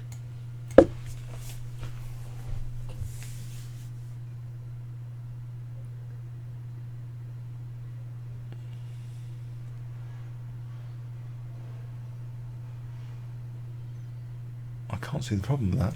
And if we play rook d1, He's played rook a d8. yeah. If we play rook a d1 here, you play queen f6. I might even play rook d7 again now, but maybe queen f6 is fine as well. Right. All right. Say rook d7 here. Have we got a bust for this or anything? No, I mean just it's just rock solid, isn't it? White's reached his optimum No, he hasn't. position. He's got rook e4 here. Play rook e4. What does that do? Well, I'm going to play maybe rook f4 or rook d4 if you play rook d8. What would you play here, black?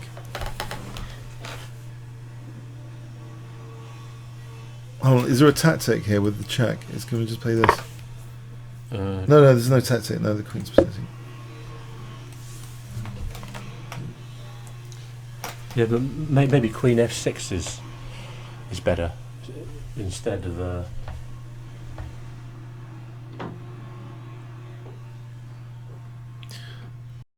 Six. instead of rook d7, just queen f6. Rook d7, queen f6. So we play queen f6. It looks as though... No, this is a different position. Yeah.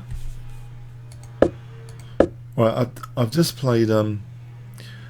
So, yeah, just to recap, I've just played queen f3. We definitely don't want to take the queens, right? No. This would be nice for white, would it? Be nice. Looks nice. A bit better. Should be drawn. Slightly better. Yeah. So we take here. We play this.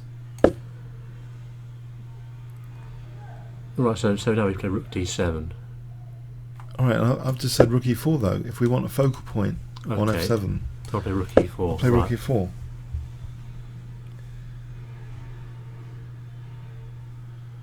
So I want to play rook f4. I just think this is not enough for a pawn. But what would you play here? As an example, do you want to play that to see that as an example? He's played queen f3. Yeah. Do you want to play rook fd8 as an example? I don't know. Trying to, cause you got some clever trick line. But I think there is actually. Here, there's bishop takes f7. Check.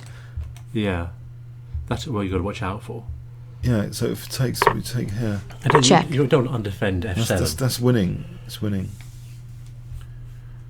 And we just pick up the rook after. Oh, mind you, yeah, no, it's exchange up. So I think rook e4 is dangerous. Hang on, let's have a look at this then. So queen f3, queen b2. rook here. So rook d7, rook e4. It looks fairly logical for me to get this battery there.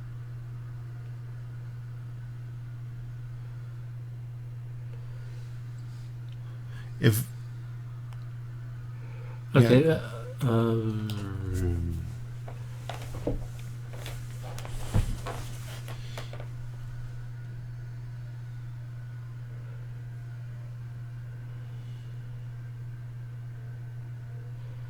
I mean, it's more fiddly than anything else, isn't it? Actually, I don't know. This queen f6. What's that? I mean, it's a knight b7 as well. If that's not losing a piece instantly. You say what? You can just play queen f6. Okay.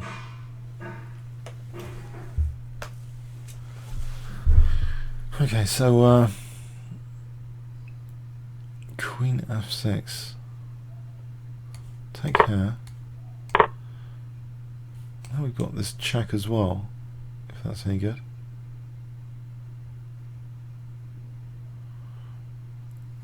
This pin is nasty, isn't it, potentially? I mean, I don't know. We can't unpin or anything here.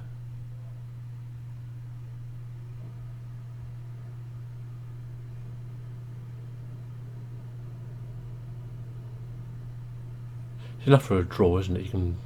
Well, how do you get out of this pin? Yeah, it's a bit awkward, isn't it? Oh, there's bishop b. Hang on, there's bishop b3. You could throw in a check first, or you can actually play bishop b3 here. Is that enough for a pawn? Not really, no. Just take it and play rook d8. Check. Yeah, where's this bishop going in this structure?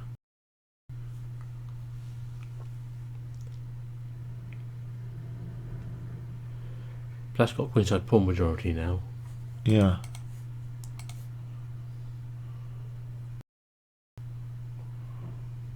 Okay, so what's happening in the game? So queen takes b2. What would be the engine move here of interest? Rook ad1. Rook ad. Look at that advantage, that valuation. It's as though it thinks, well, it's got something. Rook ad1. Yeah, it does. It's giving white half a pawn advantage, even though white's a pawn down. Yes. So, what was your move here? Rook d7. Queen f5. Oh man. Oh, that's a neat little trick. Oh, that's a neat little trick for h7 here. Oh yeah. So if here, we. Oh no, there's another trick. Bishop Check. takes f7. What was a bishop e4 trick? But bishop takes f7. Check. Yeah. Blimey, just as simple as queen f5 in this position. That's a nuisance, isn't it?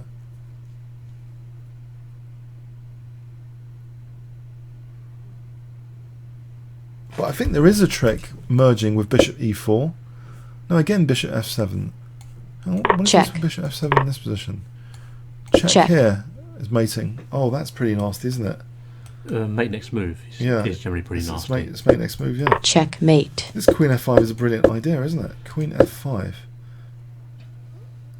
What do we do to queen f5? Well, probably don't play rook d7 then.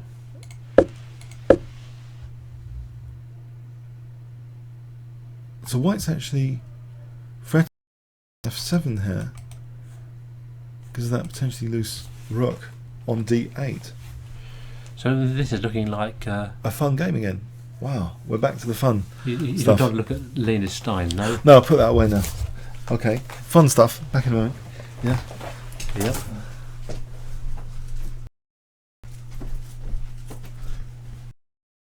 Excellent. Hold on.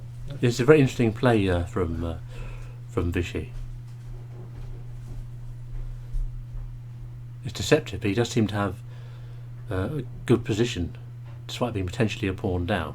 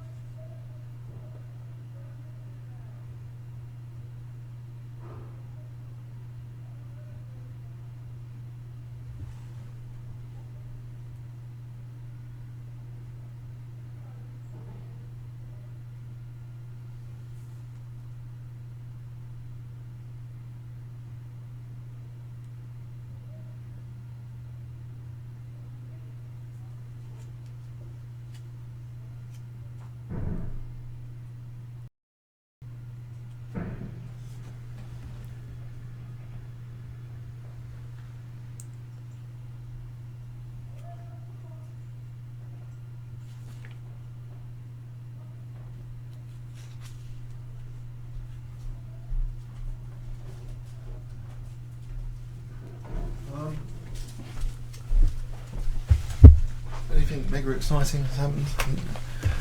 No. So this looks like a very deep and clever idea by. Totally unexpected, that. But again, it is these knights on the rim are dim, and that's a dim knight on A5. Let's go back here. So this position, Queen F5, right? Yeah, was the suggestion? Yeah. With rook on D7, yes.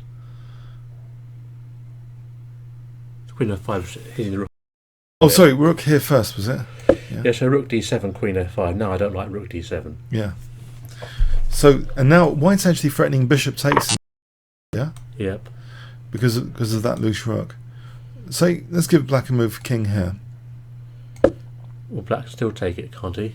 Oh, white can still take that. Yeah. I think so. Yeah. A bit tricky. And Queen F6. Hold on. Let's have a look at bishop takes. Can black play rook takes D1?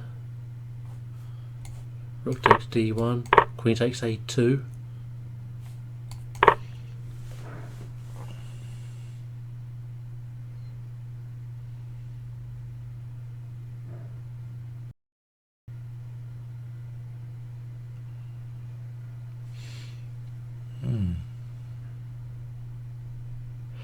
I think possibly white can just take it actually. Then takes rook D8. Check. King H7. Bishop B1. Check. And rook D7. Check. Yeah. And king back. Rook takes A7. Or you could take this one. Yeah, possibly take that one. Yeah. Because we've got 3 to 1 here.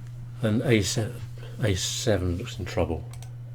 And there's also bishop E4 to knight C6. Bishop E4. Let's go back. Hold on a sec.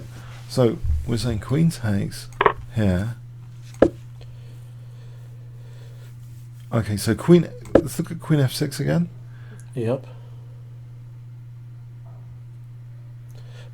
We just take it. Well, Play just taking rook E7. Very simple to get compensation. We're threatening bishop takes. But still, there's knight C6. And this is knight C6 resource. You mentioned that before, didn't you?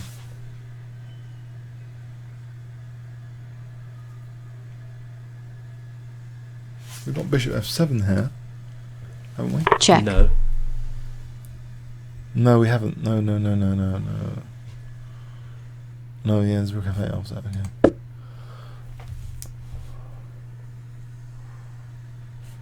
Play here. If we do this, If you play knight B4 key, maybe you can take on F7. Yeah, you can. So. all right, knight before this bishop takes F7, check. right? Because we're on the rook. Yes, that's good for white. And here, this position, if we just play this rook C7. So here. So now if the knight goes and say E5, then A7 is on. Wow. This is incredible. I'd never expected anything like this. Vishy was pretending to be a wimp earlier in this game. He's actually being a tiger. He was a tiger in disguise in this game. Fantastic. Oh, I'm not sure, but it's like the only chance, wasn't it? If this didn't work, then he had nothing. This is a fantastic imbalance. This is something to be mega excited about, this bishop versus the knight. I mean, what a bishop that is. So he's gone for it. He's taken on B2. I'm really happy we've got an exciting game here. I don't know about you guys. I'm very, very happy about this. Dynamic pawn sacrifice, this gambit. This kind of virtual gambit here that we've gone into. Isn't it? A gambit. Middle game of a pawn. Is it a poisoned pawn or not? The B2 pawn is known to be the poisoned pawn, isn't it? Generally. Well, in Sicilian variations. In Sicilian variations. B2. Especially the poisoned pawn variation. Yeah, so rook AD1. I don't know what black does here now. We've discovered that rook D7, this amazing resource queen F5. It introduces lots and lots of tricks on the position and actually looks at 3 key points in black's position, because there's also potentially a battery here. The pin is maintained on the F7 pawn. That would be very, very tricky. On queen F6, we've just established now that taking and this amazing tactical resource we fought from Paul earlier, it seemed to work here. White simply plays in this position. Well, white has very limited choices here because the knight's protecting the rook, so there's no bishop f7, there's no bishop c6 because of the pin, but with rook c7 it seems as though white's gaining an advantage. We haven't really looked at it, have we? Well, it seems superficially at the moment that white's gained an advantage here. So say knight e5, bishop takes f. No, in this position we can play f4, can't we? Oh, it does look rather unpleasant. Because then we kick the knight away from f7. Of course, there is rook d7. This is getting crazy. There's rook. This is crazy. This is mad.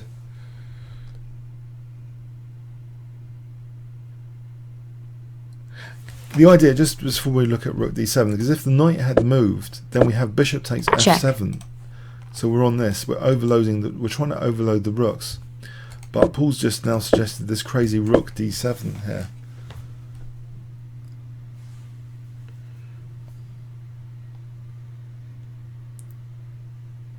Oh no. That's awkward. You're a tactical genius, aren't you, Paul? Maybe white should take on a7 first, then, instead of playing f4. Wow. So just take on a7 simply. Yes, yes, of course. There's no knight f3 check. We just take, and then we're protecting the rook. And we're still threatening potentially f4 to nudge the knight away from f7. We've got the classic rook on the 7th here.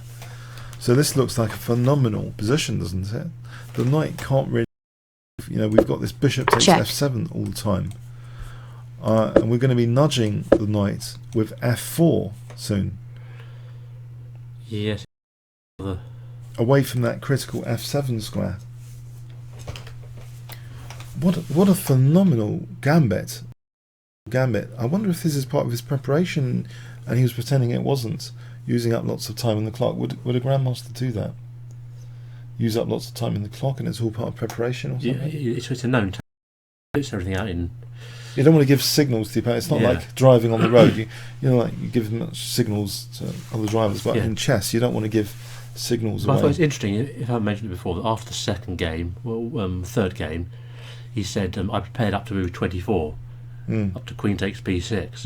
Maybe that's just saying to Carlsen, I'm ready for you, I'm seriously prepared. Oh, hang on, yeah. If rook d7 in this position, well, I think we've got an advantage here of that bishop against the knight in any case. We've got our pawn back. It's no longer a gambit.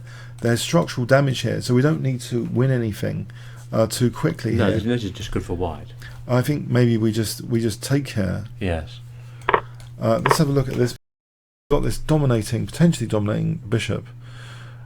Do we want to use that c5? There's always knight c5. Do we want to keep the knight out of e5? Because actually the rook can't move there because the bishop takes f7. If we play something like f4, what will black do here? This is very bad for black, this sort of position. Yeah, I'm just saying, if here we've got bishop takes f7, yes, and if knight c5, then I don't know, bishop something like just bishop c4. Rook e1. Just rook e1 here. Yeah, just take the open file. Is this enough for a win? This position. I would think so. It looks like a total wreck. This is not sort of. I think they like this kind of position. But exactly how do we win it for white? We're going to get the rook to e7 next. Yes, we're going to tie black down. Blimey, this is going to be one game for the history books because it really seems as though the tension is gone, and now this astonishing gambit has occurred. Just as we were about to get, I was about to get a book about Leonid Stein. Leonid is known for attacking play. Maybe I should have done more videos about him on the channel. But yeah, who needs that when this astonishing gambit has just happened? Is Magnus under severe pressure here? Let's go back to the game position just to rewind this. Sacrifice. So just to recap here for those that have come, in the opening. There seems to be an astonishing invisible resource in this position. That rook d7. Triff, yeah, gambits are in the opening. Well, you can have a middle game gambit, can't you? It's called a sacrifice. Oh, is it? Yeah. Gambits definitely confined to the opening, are they? Yeah. Okay. All right. So a I think pawn so. sacrifice. Okay. So rook d7, queen f5. It seems to be an astonishing resource here. So we can't crack this one. It seems rook d8 as bishop takes f7. Check. And this is pretty nasty. Because if takes, we've got this rook d8 Check. winning. So this queen f5 seems to be a killer resource, seemingly invisible. If queen f6, You take the rook. you just take the rook. Yes, that doesn't help. So it seems as though if rook d7 is not possible, then we can't really double against the pin. So if we can't double against the pin, then this bishop is left unchallenged, and it's right in the centre of the board, dominating the centre like this. Fantastic bishop on d5. You know, maximum centralisation for that knight square bishop. Yeah. So what does black actually do here if he hasn't got rook d7? Oh, Mark Gibbertson, by the way, has argued you can gambit a pawn. You can gambit a pawn, but it's not technically a gambit. Okay. I mean, you can call it. You can call it that. You can say I gambited a pawn on move 37. Yes. As a general term. Yes. But I think more specifically, gambit is generally refers to the opening. It's debatable. Okay. I would. If someone said to me, "I feel like playing a gambit today," I would assume they were going to play King's Gambit or similar, Yeah. rather than the opening sets the tone for the game, doesn't it? Yeah. Okay.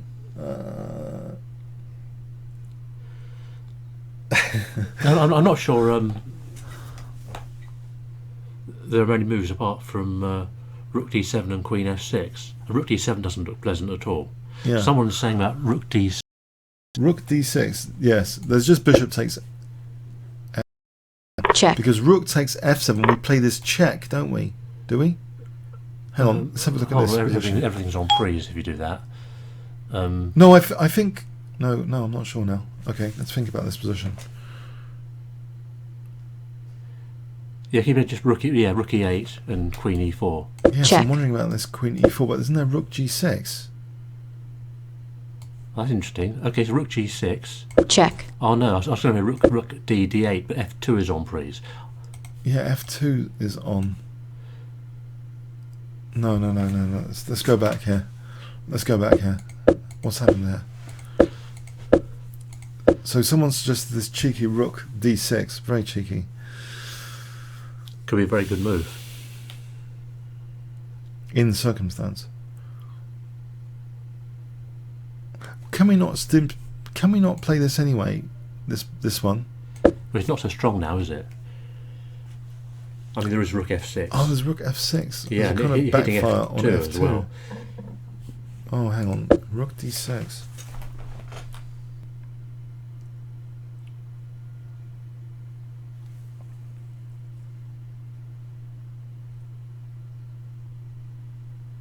Rook d6. Let's look. Bishop takes f7 again. Let's just look at it just to see if it doesn't work. So Check. rook takes, and now Hang on. No, there's no queen a8 because we're on.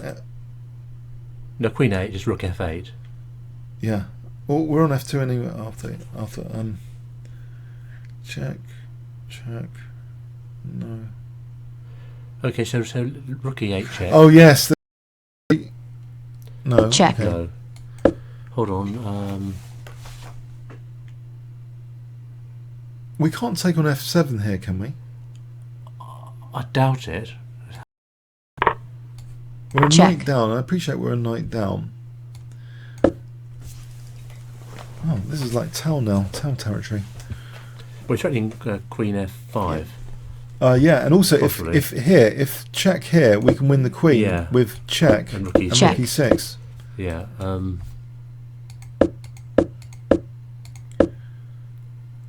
So this is actually quite dangerous for black, isn't it? It's quite dangerous, but it might just lose for white. So if black finds the right defensive, This knight's not Rook- really participating. is yeah, it? let's just play. Rook d. Rook d6. Well, then queen f5. Check. Oh dear, that's no good. That No. loses. So we won't do that. Yeah, this knight's just helpless. It's a spectator piece. The knight on A5 is a spectator piece. How about G6 lose as well to rook E7? I think it does. Yeah. To rook E7 check. Yep, that finishes things off. Yes. Check. Because we're getting this mate. Check. Yeah. So this Checkmate. is pretty dangerous. Blimey, rook D6. If that fell, that's a bit of a downer, isn't it? Okay, so no, let's carry on. Let's look again.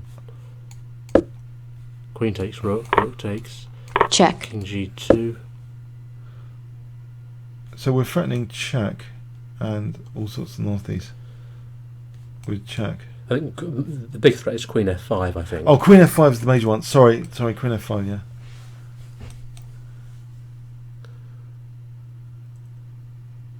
Unbelievable. I didn't expect any of this. This has totally blown the game wide open. It's probably could be the most exciting game. Okay, it was in the skies. Can we try and cover the diagonal with, say, Queen B1? Queen B1, yeah, let's give that a go. Queen B1. So we're covering the diagonal. Okay, so we're playing this check. Check. King G6. Throwing a check here. Check. Got a king walk variation. I'm not very keen on this, has to be said. Alright, so King H5. Yeah. Now Queen F7 looks dangerous. Check. Actually, we've got this Queen F3 coming up.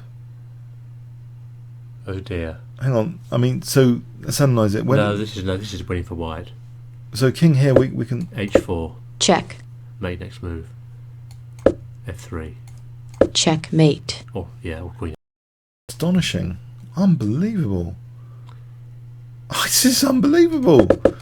I'm running out of exclamatives.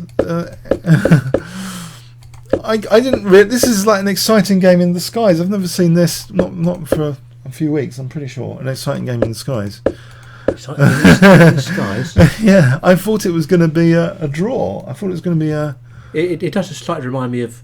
there was a Kasparov-Karpov game where there was a queen on F5 and Kasparov played queen takes D7. Yes, I remember on the channel. Rook takes D7. Yeah, bishop E, something like Rook E8 check and then bishop E4. Yeah, winning 2 rooks. I've covered that on the channel. Yeah. Yeah, there was I think how doubling rooks can backfire or something. Yeah, I've got that on the channel. This Kasparov-Karpov game. It was a brilliancy.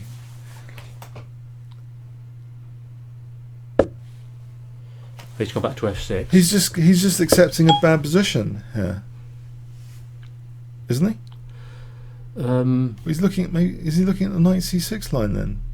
So we take for sure because we want an entry in E7 on the 7th. I think what has to take, otherwise he has to move his queen away, doesn't he? And he just loses impetus. Okay, and now we're threatening this. Then there's this tactical knight C6, which protects this and uses the pin. And then we've got this rook C7. And white's going to end up better here. Is it winning? I mean, it's pretty wrecked for black. I think Max has seen something that we haven't seen.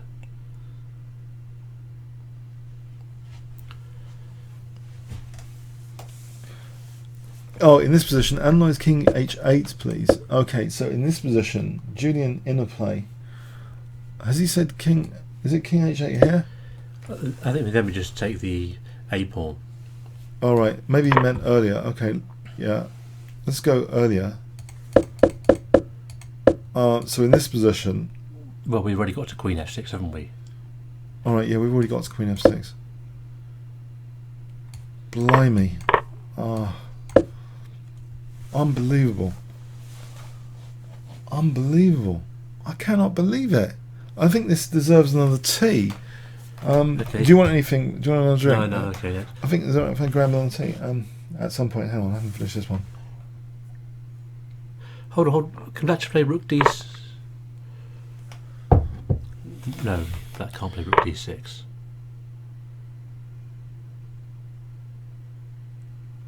Can you just take on F7? Yeah, just want to look at that. Just show that Rook D6. White and the bishop takes F7. Oh right, because check. You've got this, You got that check. and then Check. you're winning the exchange. Yeah. Are you not shocked by this game, Paul? Are you shocked by this game? Well, I thought just heading for a very, very boring draw. Yeah. But Anna's already going for it. He's really injected. Unbelievable drama into this match. Unbelievable. It's not unbelievable, but I didn't expect it. But yeah, so rook d6 doesn't work.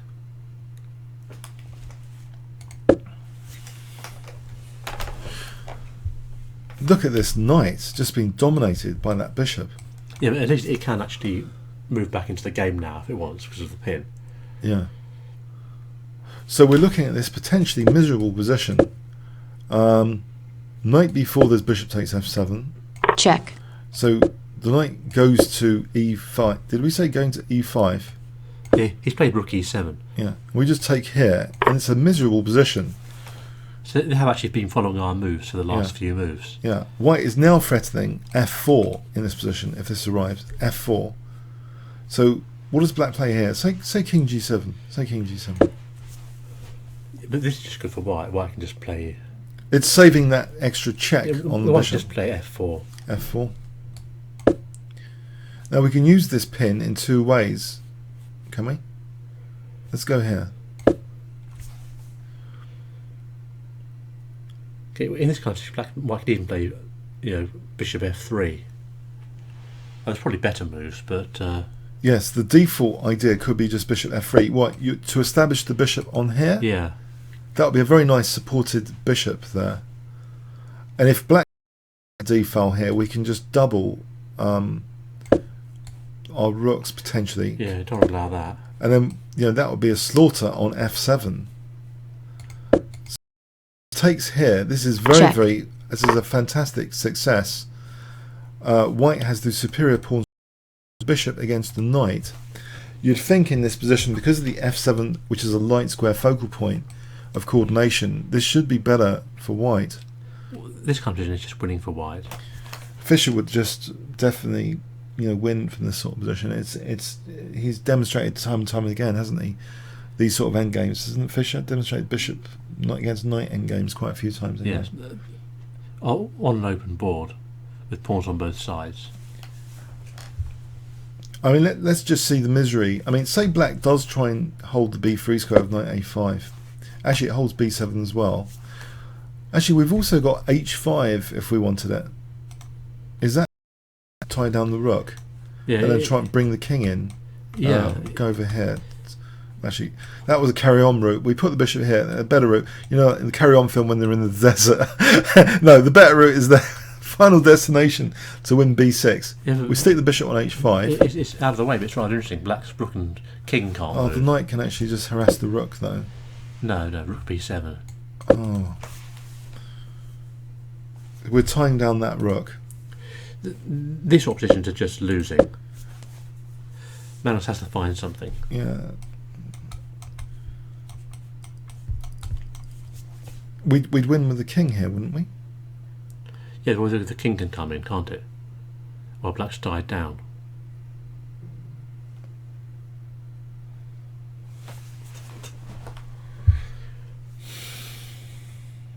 These endgames look lost, don't they? Superficially. There's serious problems as far as I can see. This is quite a surprise. It's amazing the rich resourcefulness of chess. I think that's what really makes chess such a fantastic game. You just can never really master it in your lifetime. We're just spectators to the resources of chess. King g7. King g7. Actually, I'm tempted for rook d4 here almost. No, it's just had a quick look at rook. I think f5 is fine. The king goes to f6. Oh, right. So rook d4, we've got f5.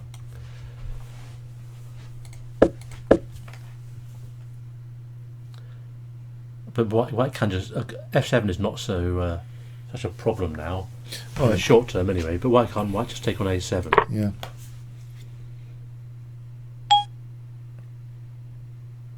Actually, if knight c4 here using the pin, Now maybe rook d4 is useful. That might be useful here. Yeah? Yes, quite possibly. With Yes. tempo. Yeah. Say knight d6 here. Just Well, say knight e5 is probably better. knight e5. Oh, actually threatening knight f3 check. Yeah, and you play King g2. King g2. Yeah, go on. Play King g2. And what am I going to play now? I don't. No, it doesn't work. No, it doesn't work because rook. What? I was going to play knight c6. But you've got rook g4. Oh yes, nice idea. Backfires. Check. Doesn't work. Doesn't Check. it? Check. Backfires. Loses the knight. So this rook d4 could be quite nifty, you know. Yeah, but again, knight e5, King g2, f5. Okay, knight. Oh, sorry, knight e5, King g2, f5. f5 in this position. Is this some magic? Well, the king gets the f6 square. Yeah, king's coming. He's still in that pin on the d file. Yeah.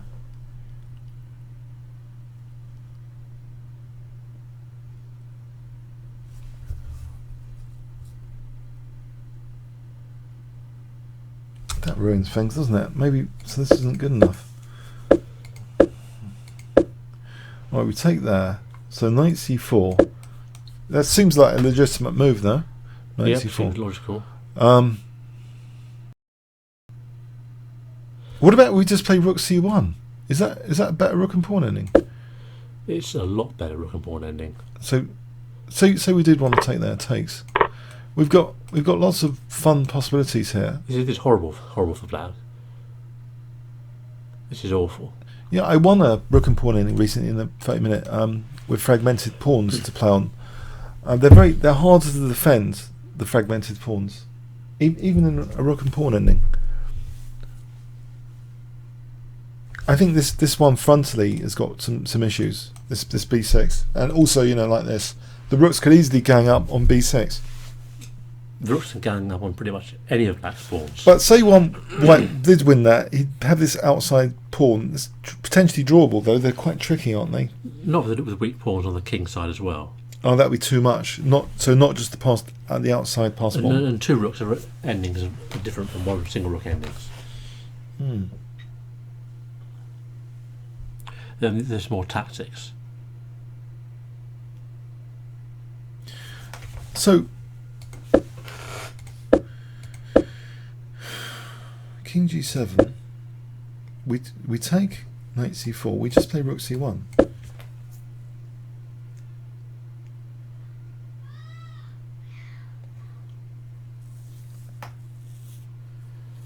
My parents got very excited. I can hear it squawking there downstairs.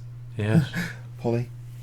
It's a fantastic name for a parrot. I know, it's very original, isn't it, Paul? Brilliant.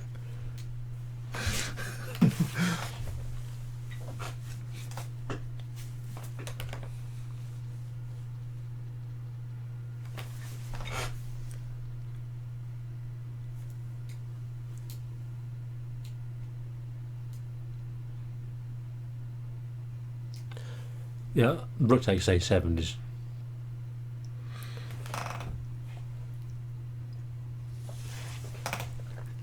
I thought it looks like castle could be going down here.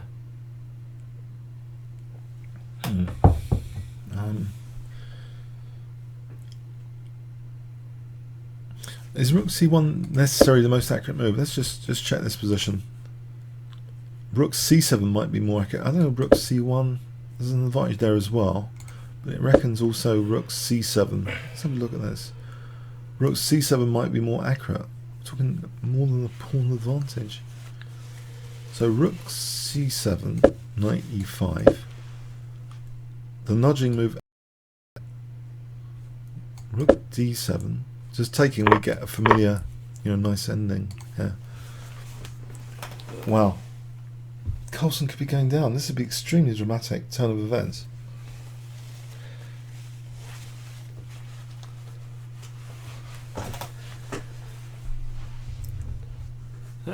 Anand may be on the way to regaining his title. Who knows? People say that. It always surprises me. People say on the game, but I suppose it's such a tiny match, 12 games. But it always sounds a bit overly dramatic to just say such things on one game, but I suppose we've already played 4. That it's not that many games, is it? It's well. If Anand wins, there should be 1 ahead, and if then Magnus has 2 in a row with white, and if he can't win either of those, then Vishy's going to be a point ahead with 3 blacks, 3 whites in the last 5 games. Yeah.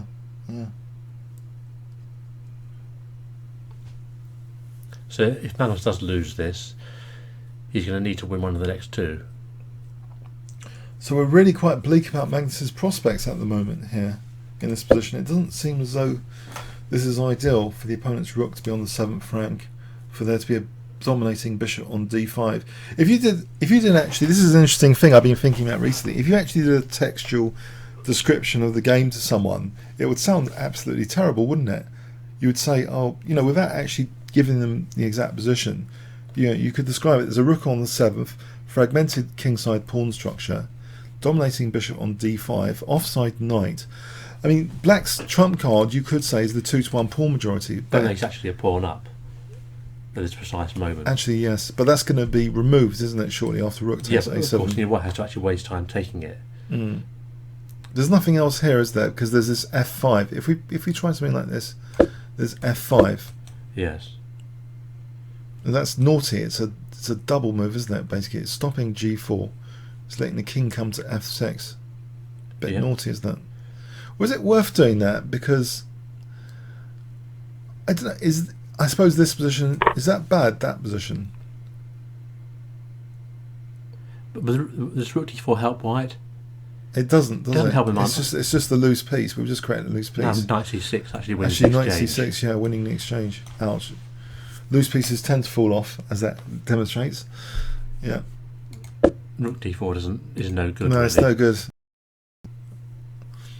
No, I think we take on a7. That has been played. Took a long time to do that.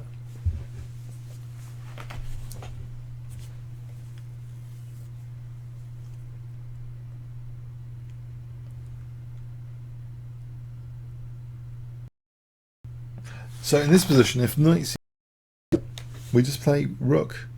Do we just play? What do we play here? Hold on. Rook b7. Well, I was just thinking on rook b7. Isn't there knight b4? Well, then just bishop b3. Oh, hang on. We would lose the a2 pawn. We don't need to lose the a2 pawn. Oh, You know? I see. That's check, I think. this is still pretty dangerous, but black has chances to knight hold. c6 being played here. You can play rook a4 here. Maybe Right. rook a4. But you keep up the 7th rank, Yeah, which is a bit of a shame. yeah. But you might be, it might be nice to flick that in at some point. It stops all this knight, b4 business, doesn't it? Rook a4. It's not totally terrible, is it? Yeah, but forcing the king away isn't so dangerous now, because that's the rook that used to be on the 7th. Knight c6's ingenuity is being expressed here. Knight c6 for knight b4. Yeah. So if rook c7, knight b4. Okay. So we've got that nasty pin. And there's nothing really. That's awkward for white. Yeah. To lose this pawn. Yeah. I think if those 2 pawns come off on the queen side, To draw. well, certainly drawing chances. Yeah. No, I think rook. I think in light of that, I think rook a4. White wants to keep the 2 queenside pawns on the board. Rook a4. Because if rook here, knight here again. So rook a4. If we want to stop knight b4, rook a4. Yeah, I like rook a4. Because we're stopping this. We're keeping the 2 pawns on. Yeah. Knight e7. Well, now we can just play bishop b3 We keep this lemming on the board. This b6 pawn. Yeah. lemming. Okay. Yeah. This weak pawn. We keep that on the board.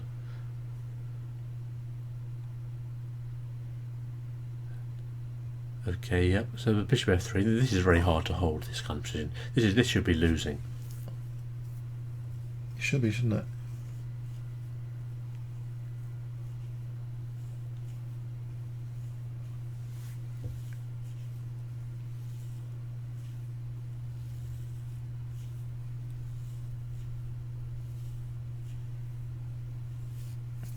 Hmm.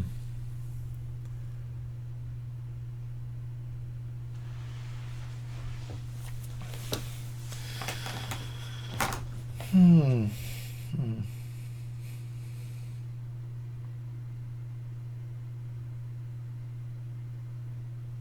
Yeah.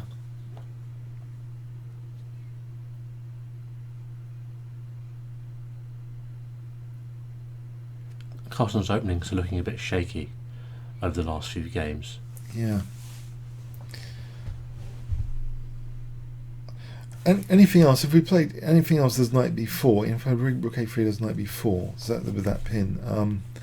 Oh yeah. So this looks pleasant enough. Well, I mean, a3, knight b4, the rook's defending the a pawn, but a4 is better square than a3 anyway.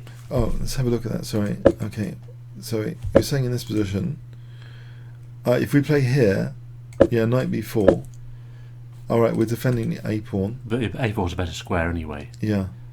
So there's no real point to it. Well, this would force potentially rook exchange. I suppose that's okay as well, is it? Is it? Yeah, but that rook on a3 looks a bit... It looks weird, doesn't it? yeah. There's no need for that. There's no need for that. Yeah, just stick it on. This seems to be a positional threat. Rook a4. If b5, we can throw in the check. And take the knight. Check. No, pin. Oh yeah, sorry. No. This position, we could play bishop f3. F3 or b3. I think b3 is better now. Because we're hitting d8.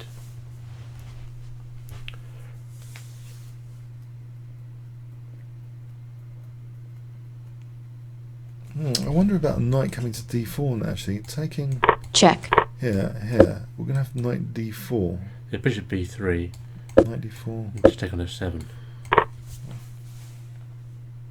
Not much compensation, surely. No. This black looks a bit active now, but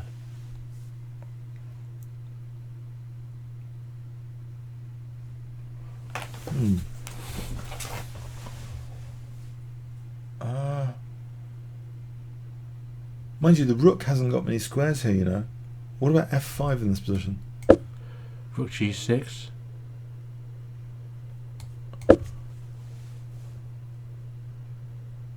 Oh, hang on, we've got this. Check. Huh? That's a bit naughty, isn't it?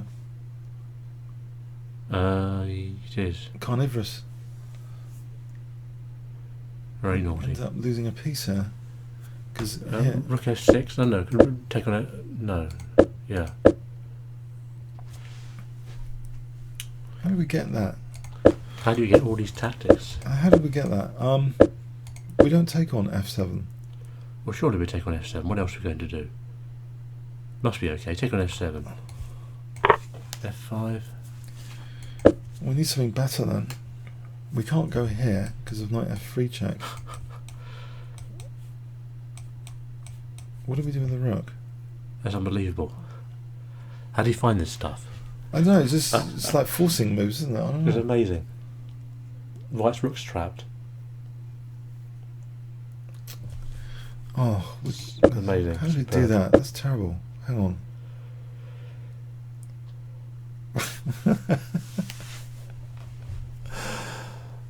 Oh dear. How did we do that? We managed to lose a simple position or push it f7. Oh dear, oh dear. These forcing moves. Oh man. Are we content with the rook and pawn ending? Isn't that drawing then for black? Oh, changing valuation. I'm sure White has something better than that. But suddenly this knight gets to d4 and it's a pretty good piece. If we play Useless knight on a5 becomes centralised. Black could draw this position, though. We just take on b3 here, yeah? Yeah, I think so. And then rook here. Oh no, there's rook b4. Yeah, but the rook on d5. And this is not enough. It's not enough. Maybe Magnus has seen this and thought it's okay. He Maybe he just saw it all. Unbelievable. Knight c6. Oh, I'm trying to improve this. What do we say? Rook here. b5.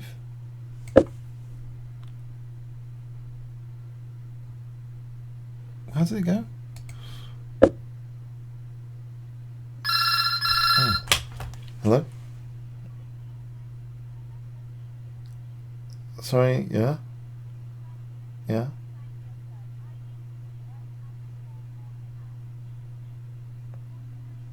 Yeah?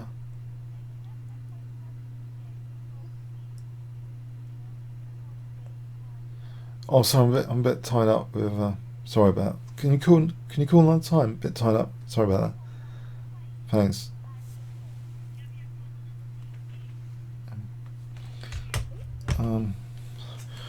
Okay.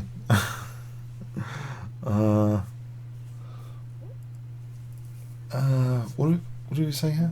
How do we get to that position? I've forgotten. So rook. This is rook a4. Was it b5?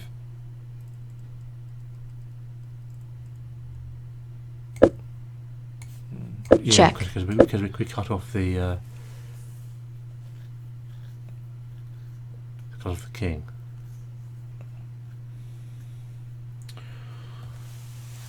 Oh,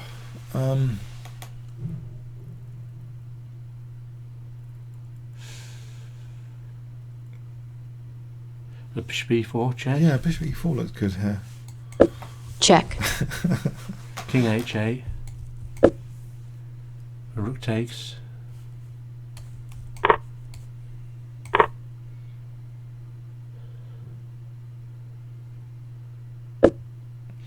I'm sure that. Oh, straight away, knight b4. Well, then I suppose bishop here or here. Well, but we're going to go into this Check. ending This one. very quickly, yeah.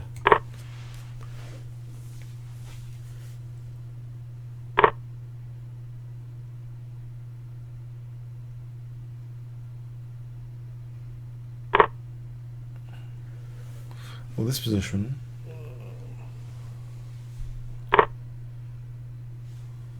I suppose knight goes to c3. Is it? Yeah, I imagine. Bishop can go here though. Yeah. That looks good. Maybe Castle's going to get away with the draw now. No, actually, do you want the bishop there? Oh no, he's moved the bishop there. I just thought b3 for a moment. I thought b3 as well. Well, let's have a quick look theoretically. If b3 might be a problem, then just check. Check. Maybe in knight d4. Maybe it's not such a big deal. Okay, so bishop f5. It's played incredibly quickly, f5.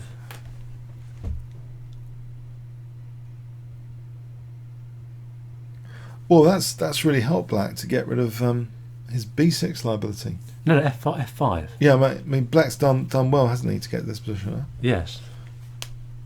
I imagine I'm amazed he played f5 at that speed. Yes, he instinctively wants possibilities like king f6 or f4 to dissolve the pawns. Or to support the knight on e4. But I mean, it's just such a committal move to play it so quickly. Yeah. It's all happening here. Right. I thought this was just winning for white, but it seems to have all dissipated into nothing. Black can just play knight e4 now, I I suppose. think Black can play knight e4. I don't see what's wrong with knight e4. It's not such a weak pawn. It would undouble the pawns. Well, bishop takes e4. It's just a draw, isn't it? And if we don't play bishop e4, then black's just gonna, potentially. Play rook d8 to d2. If we play rook, if we try and nudge the knight, we just play rook e8.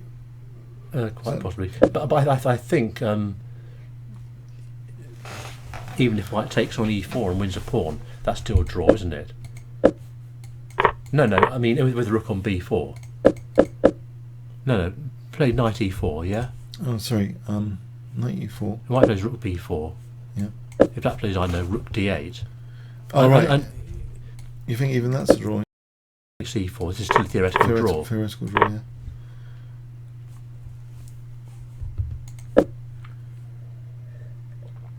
Oh.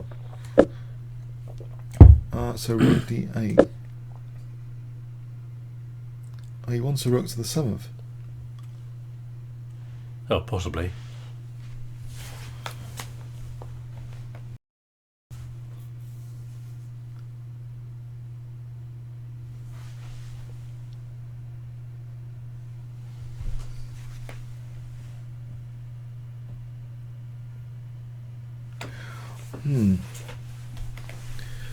Let's rook to the 7th. I mean, it's only 10 minutes ago, 15 minutes ago, we were just saying it looks like it's all over for Carlsen, and now it's a draw, isn't it? He's just got a draw. I'm not sure what's happened here. I'm not sure whether Annan's just misplayed it, yeah, or whether Carlsen was okay all the way through. Can I just check this position? Sorry, yeah, let's just engine check this position. Rook b7 was mentioned, not rook a4. In our b5 line, check, as an example. Alright, that would have been better for white. No, actually. So rook a4, rook d6. Alright, rook d6. If here. check, Black's always getting this knight d4 in. It's pretty annoying, knight d4, isn't it? Yes. Alright, anyway, so Rook c6. Yeah, knight e4. Why bother wasting time thinking about it? so now the threat's rook d2, if that's considered threat. So that's just taken. He's taken it. Yeah. So he's just given up. Okay, we're ending very soon.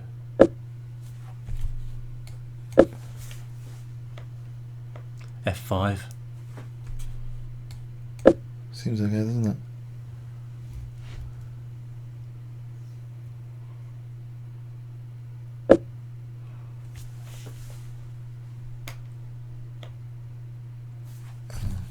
Equal. Funny enough. The engine has this as dead equal now. I think I could draw this against either of them with either colour. g4. Scary. Just take it. You just take it. You don't play king. You don't want to play king. That would be troublesome, wouldn't it? Check. Play this. There's some yeah, trouble. c6 check. check, Yeah, this is leading to trouble, isn't it? It's not really the way to go. Just take it. Is this actually? It's not losing for anyone, is it? This just yet? Is it? I'm worried if that's looking at rook d. You think, oh, I'll play for a win. He is. He's played rook d2. Oh, for e3. Oh my word. He's got e3 as a threat, so if it takes, we've got e3. That's quite amusing. For e line, isn't it? No, it's not a problem. Just play rook e4. It's not a problem. e4. It's just liquidation. Oh, we take him and take and draw. Yeah. So we play this. check, Please draw this. Don't play on from here. Please don't play on from here. That's a pawn up. Not after rook takes e3. Oh. Ah, equaliser. Carrying on. Wow, that was interesting. That was a very interesting turn of events. Hasn't finished yet. Could be more excitement to come. No, I don't think so. Maybe you can write some tactical ideas where I mean, so Yeah, end up with a no, fourth, don't think so. mate. Nope. Oh, he's thinking.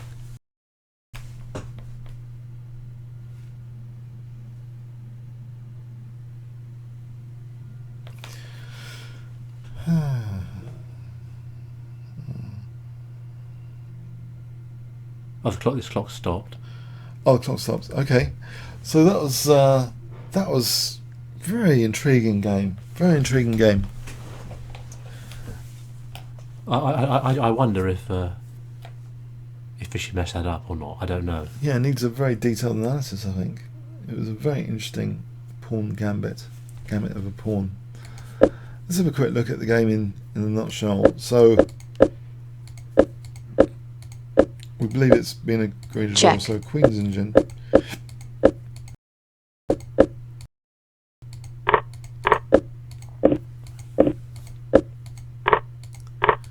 So tricky d6.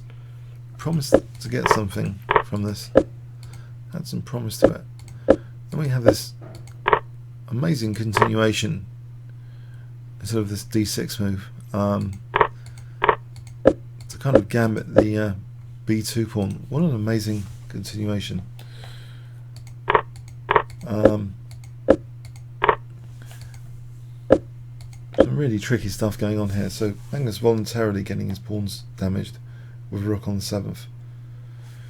So I wonder if, yeah, what he thought here, if he was in trouble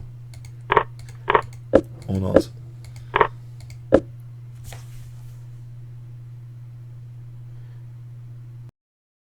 Yeah, this knight b4 nuisance on anything else apart from rook a4. So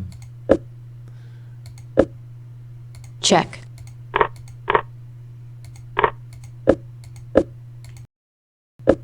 wow, a lot went on behind the scenes. That's all I can say.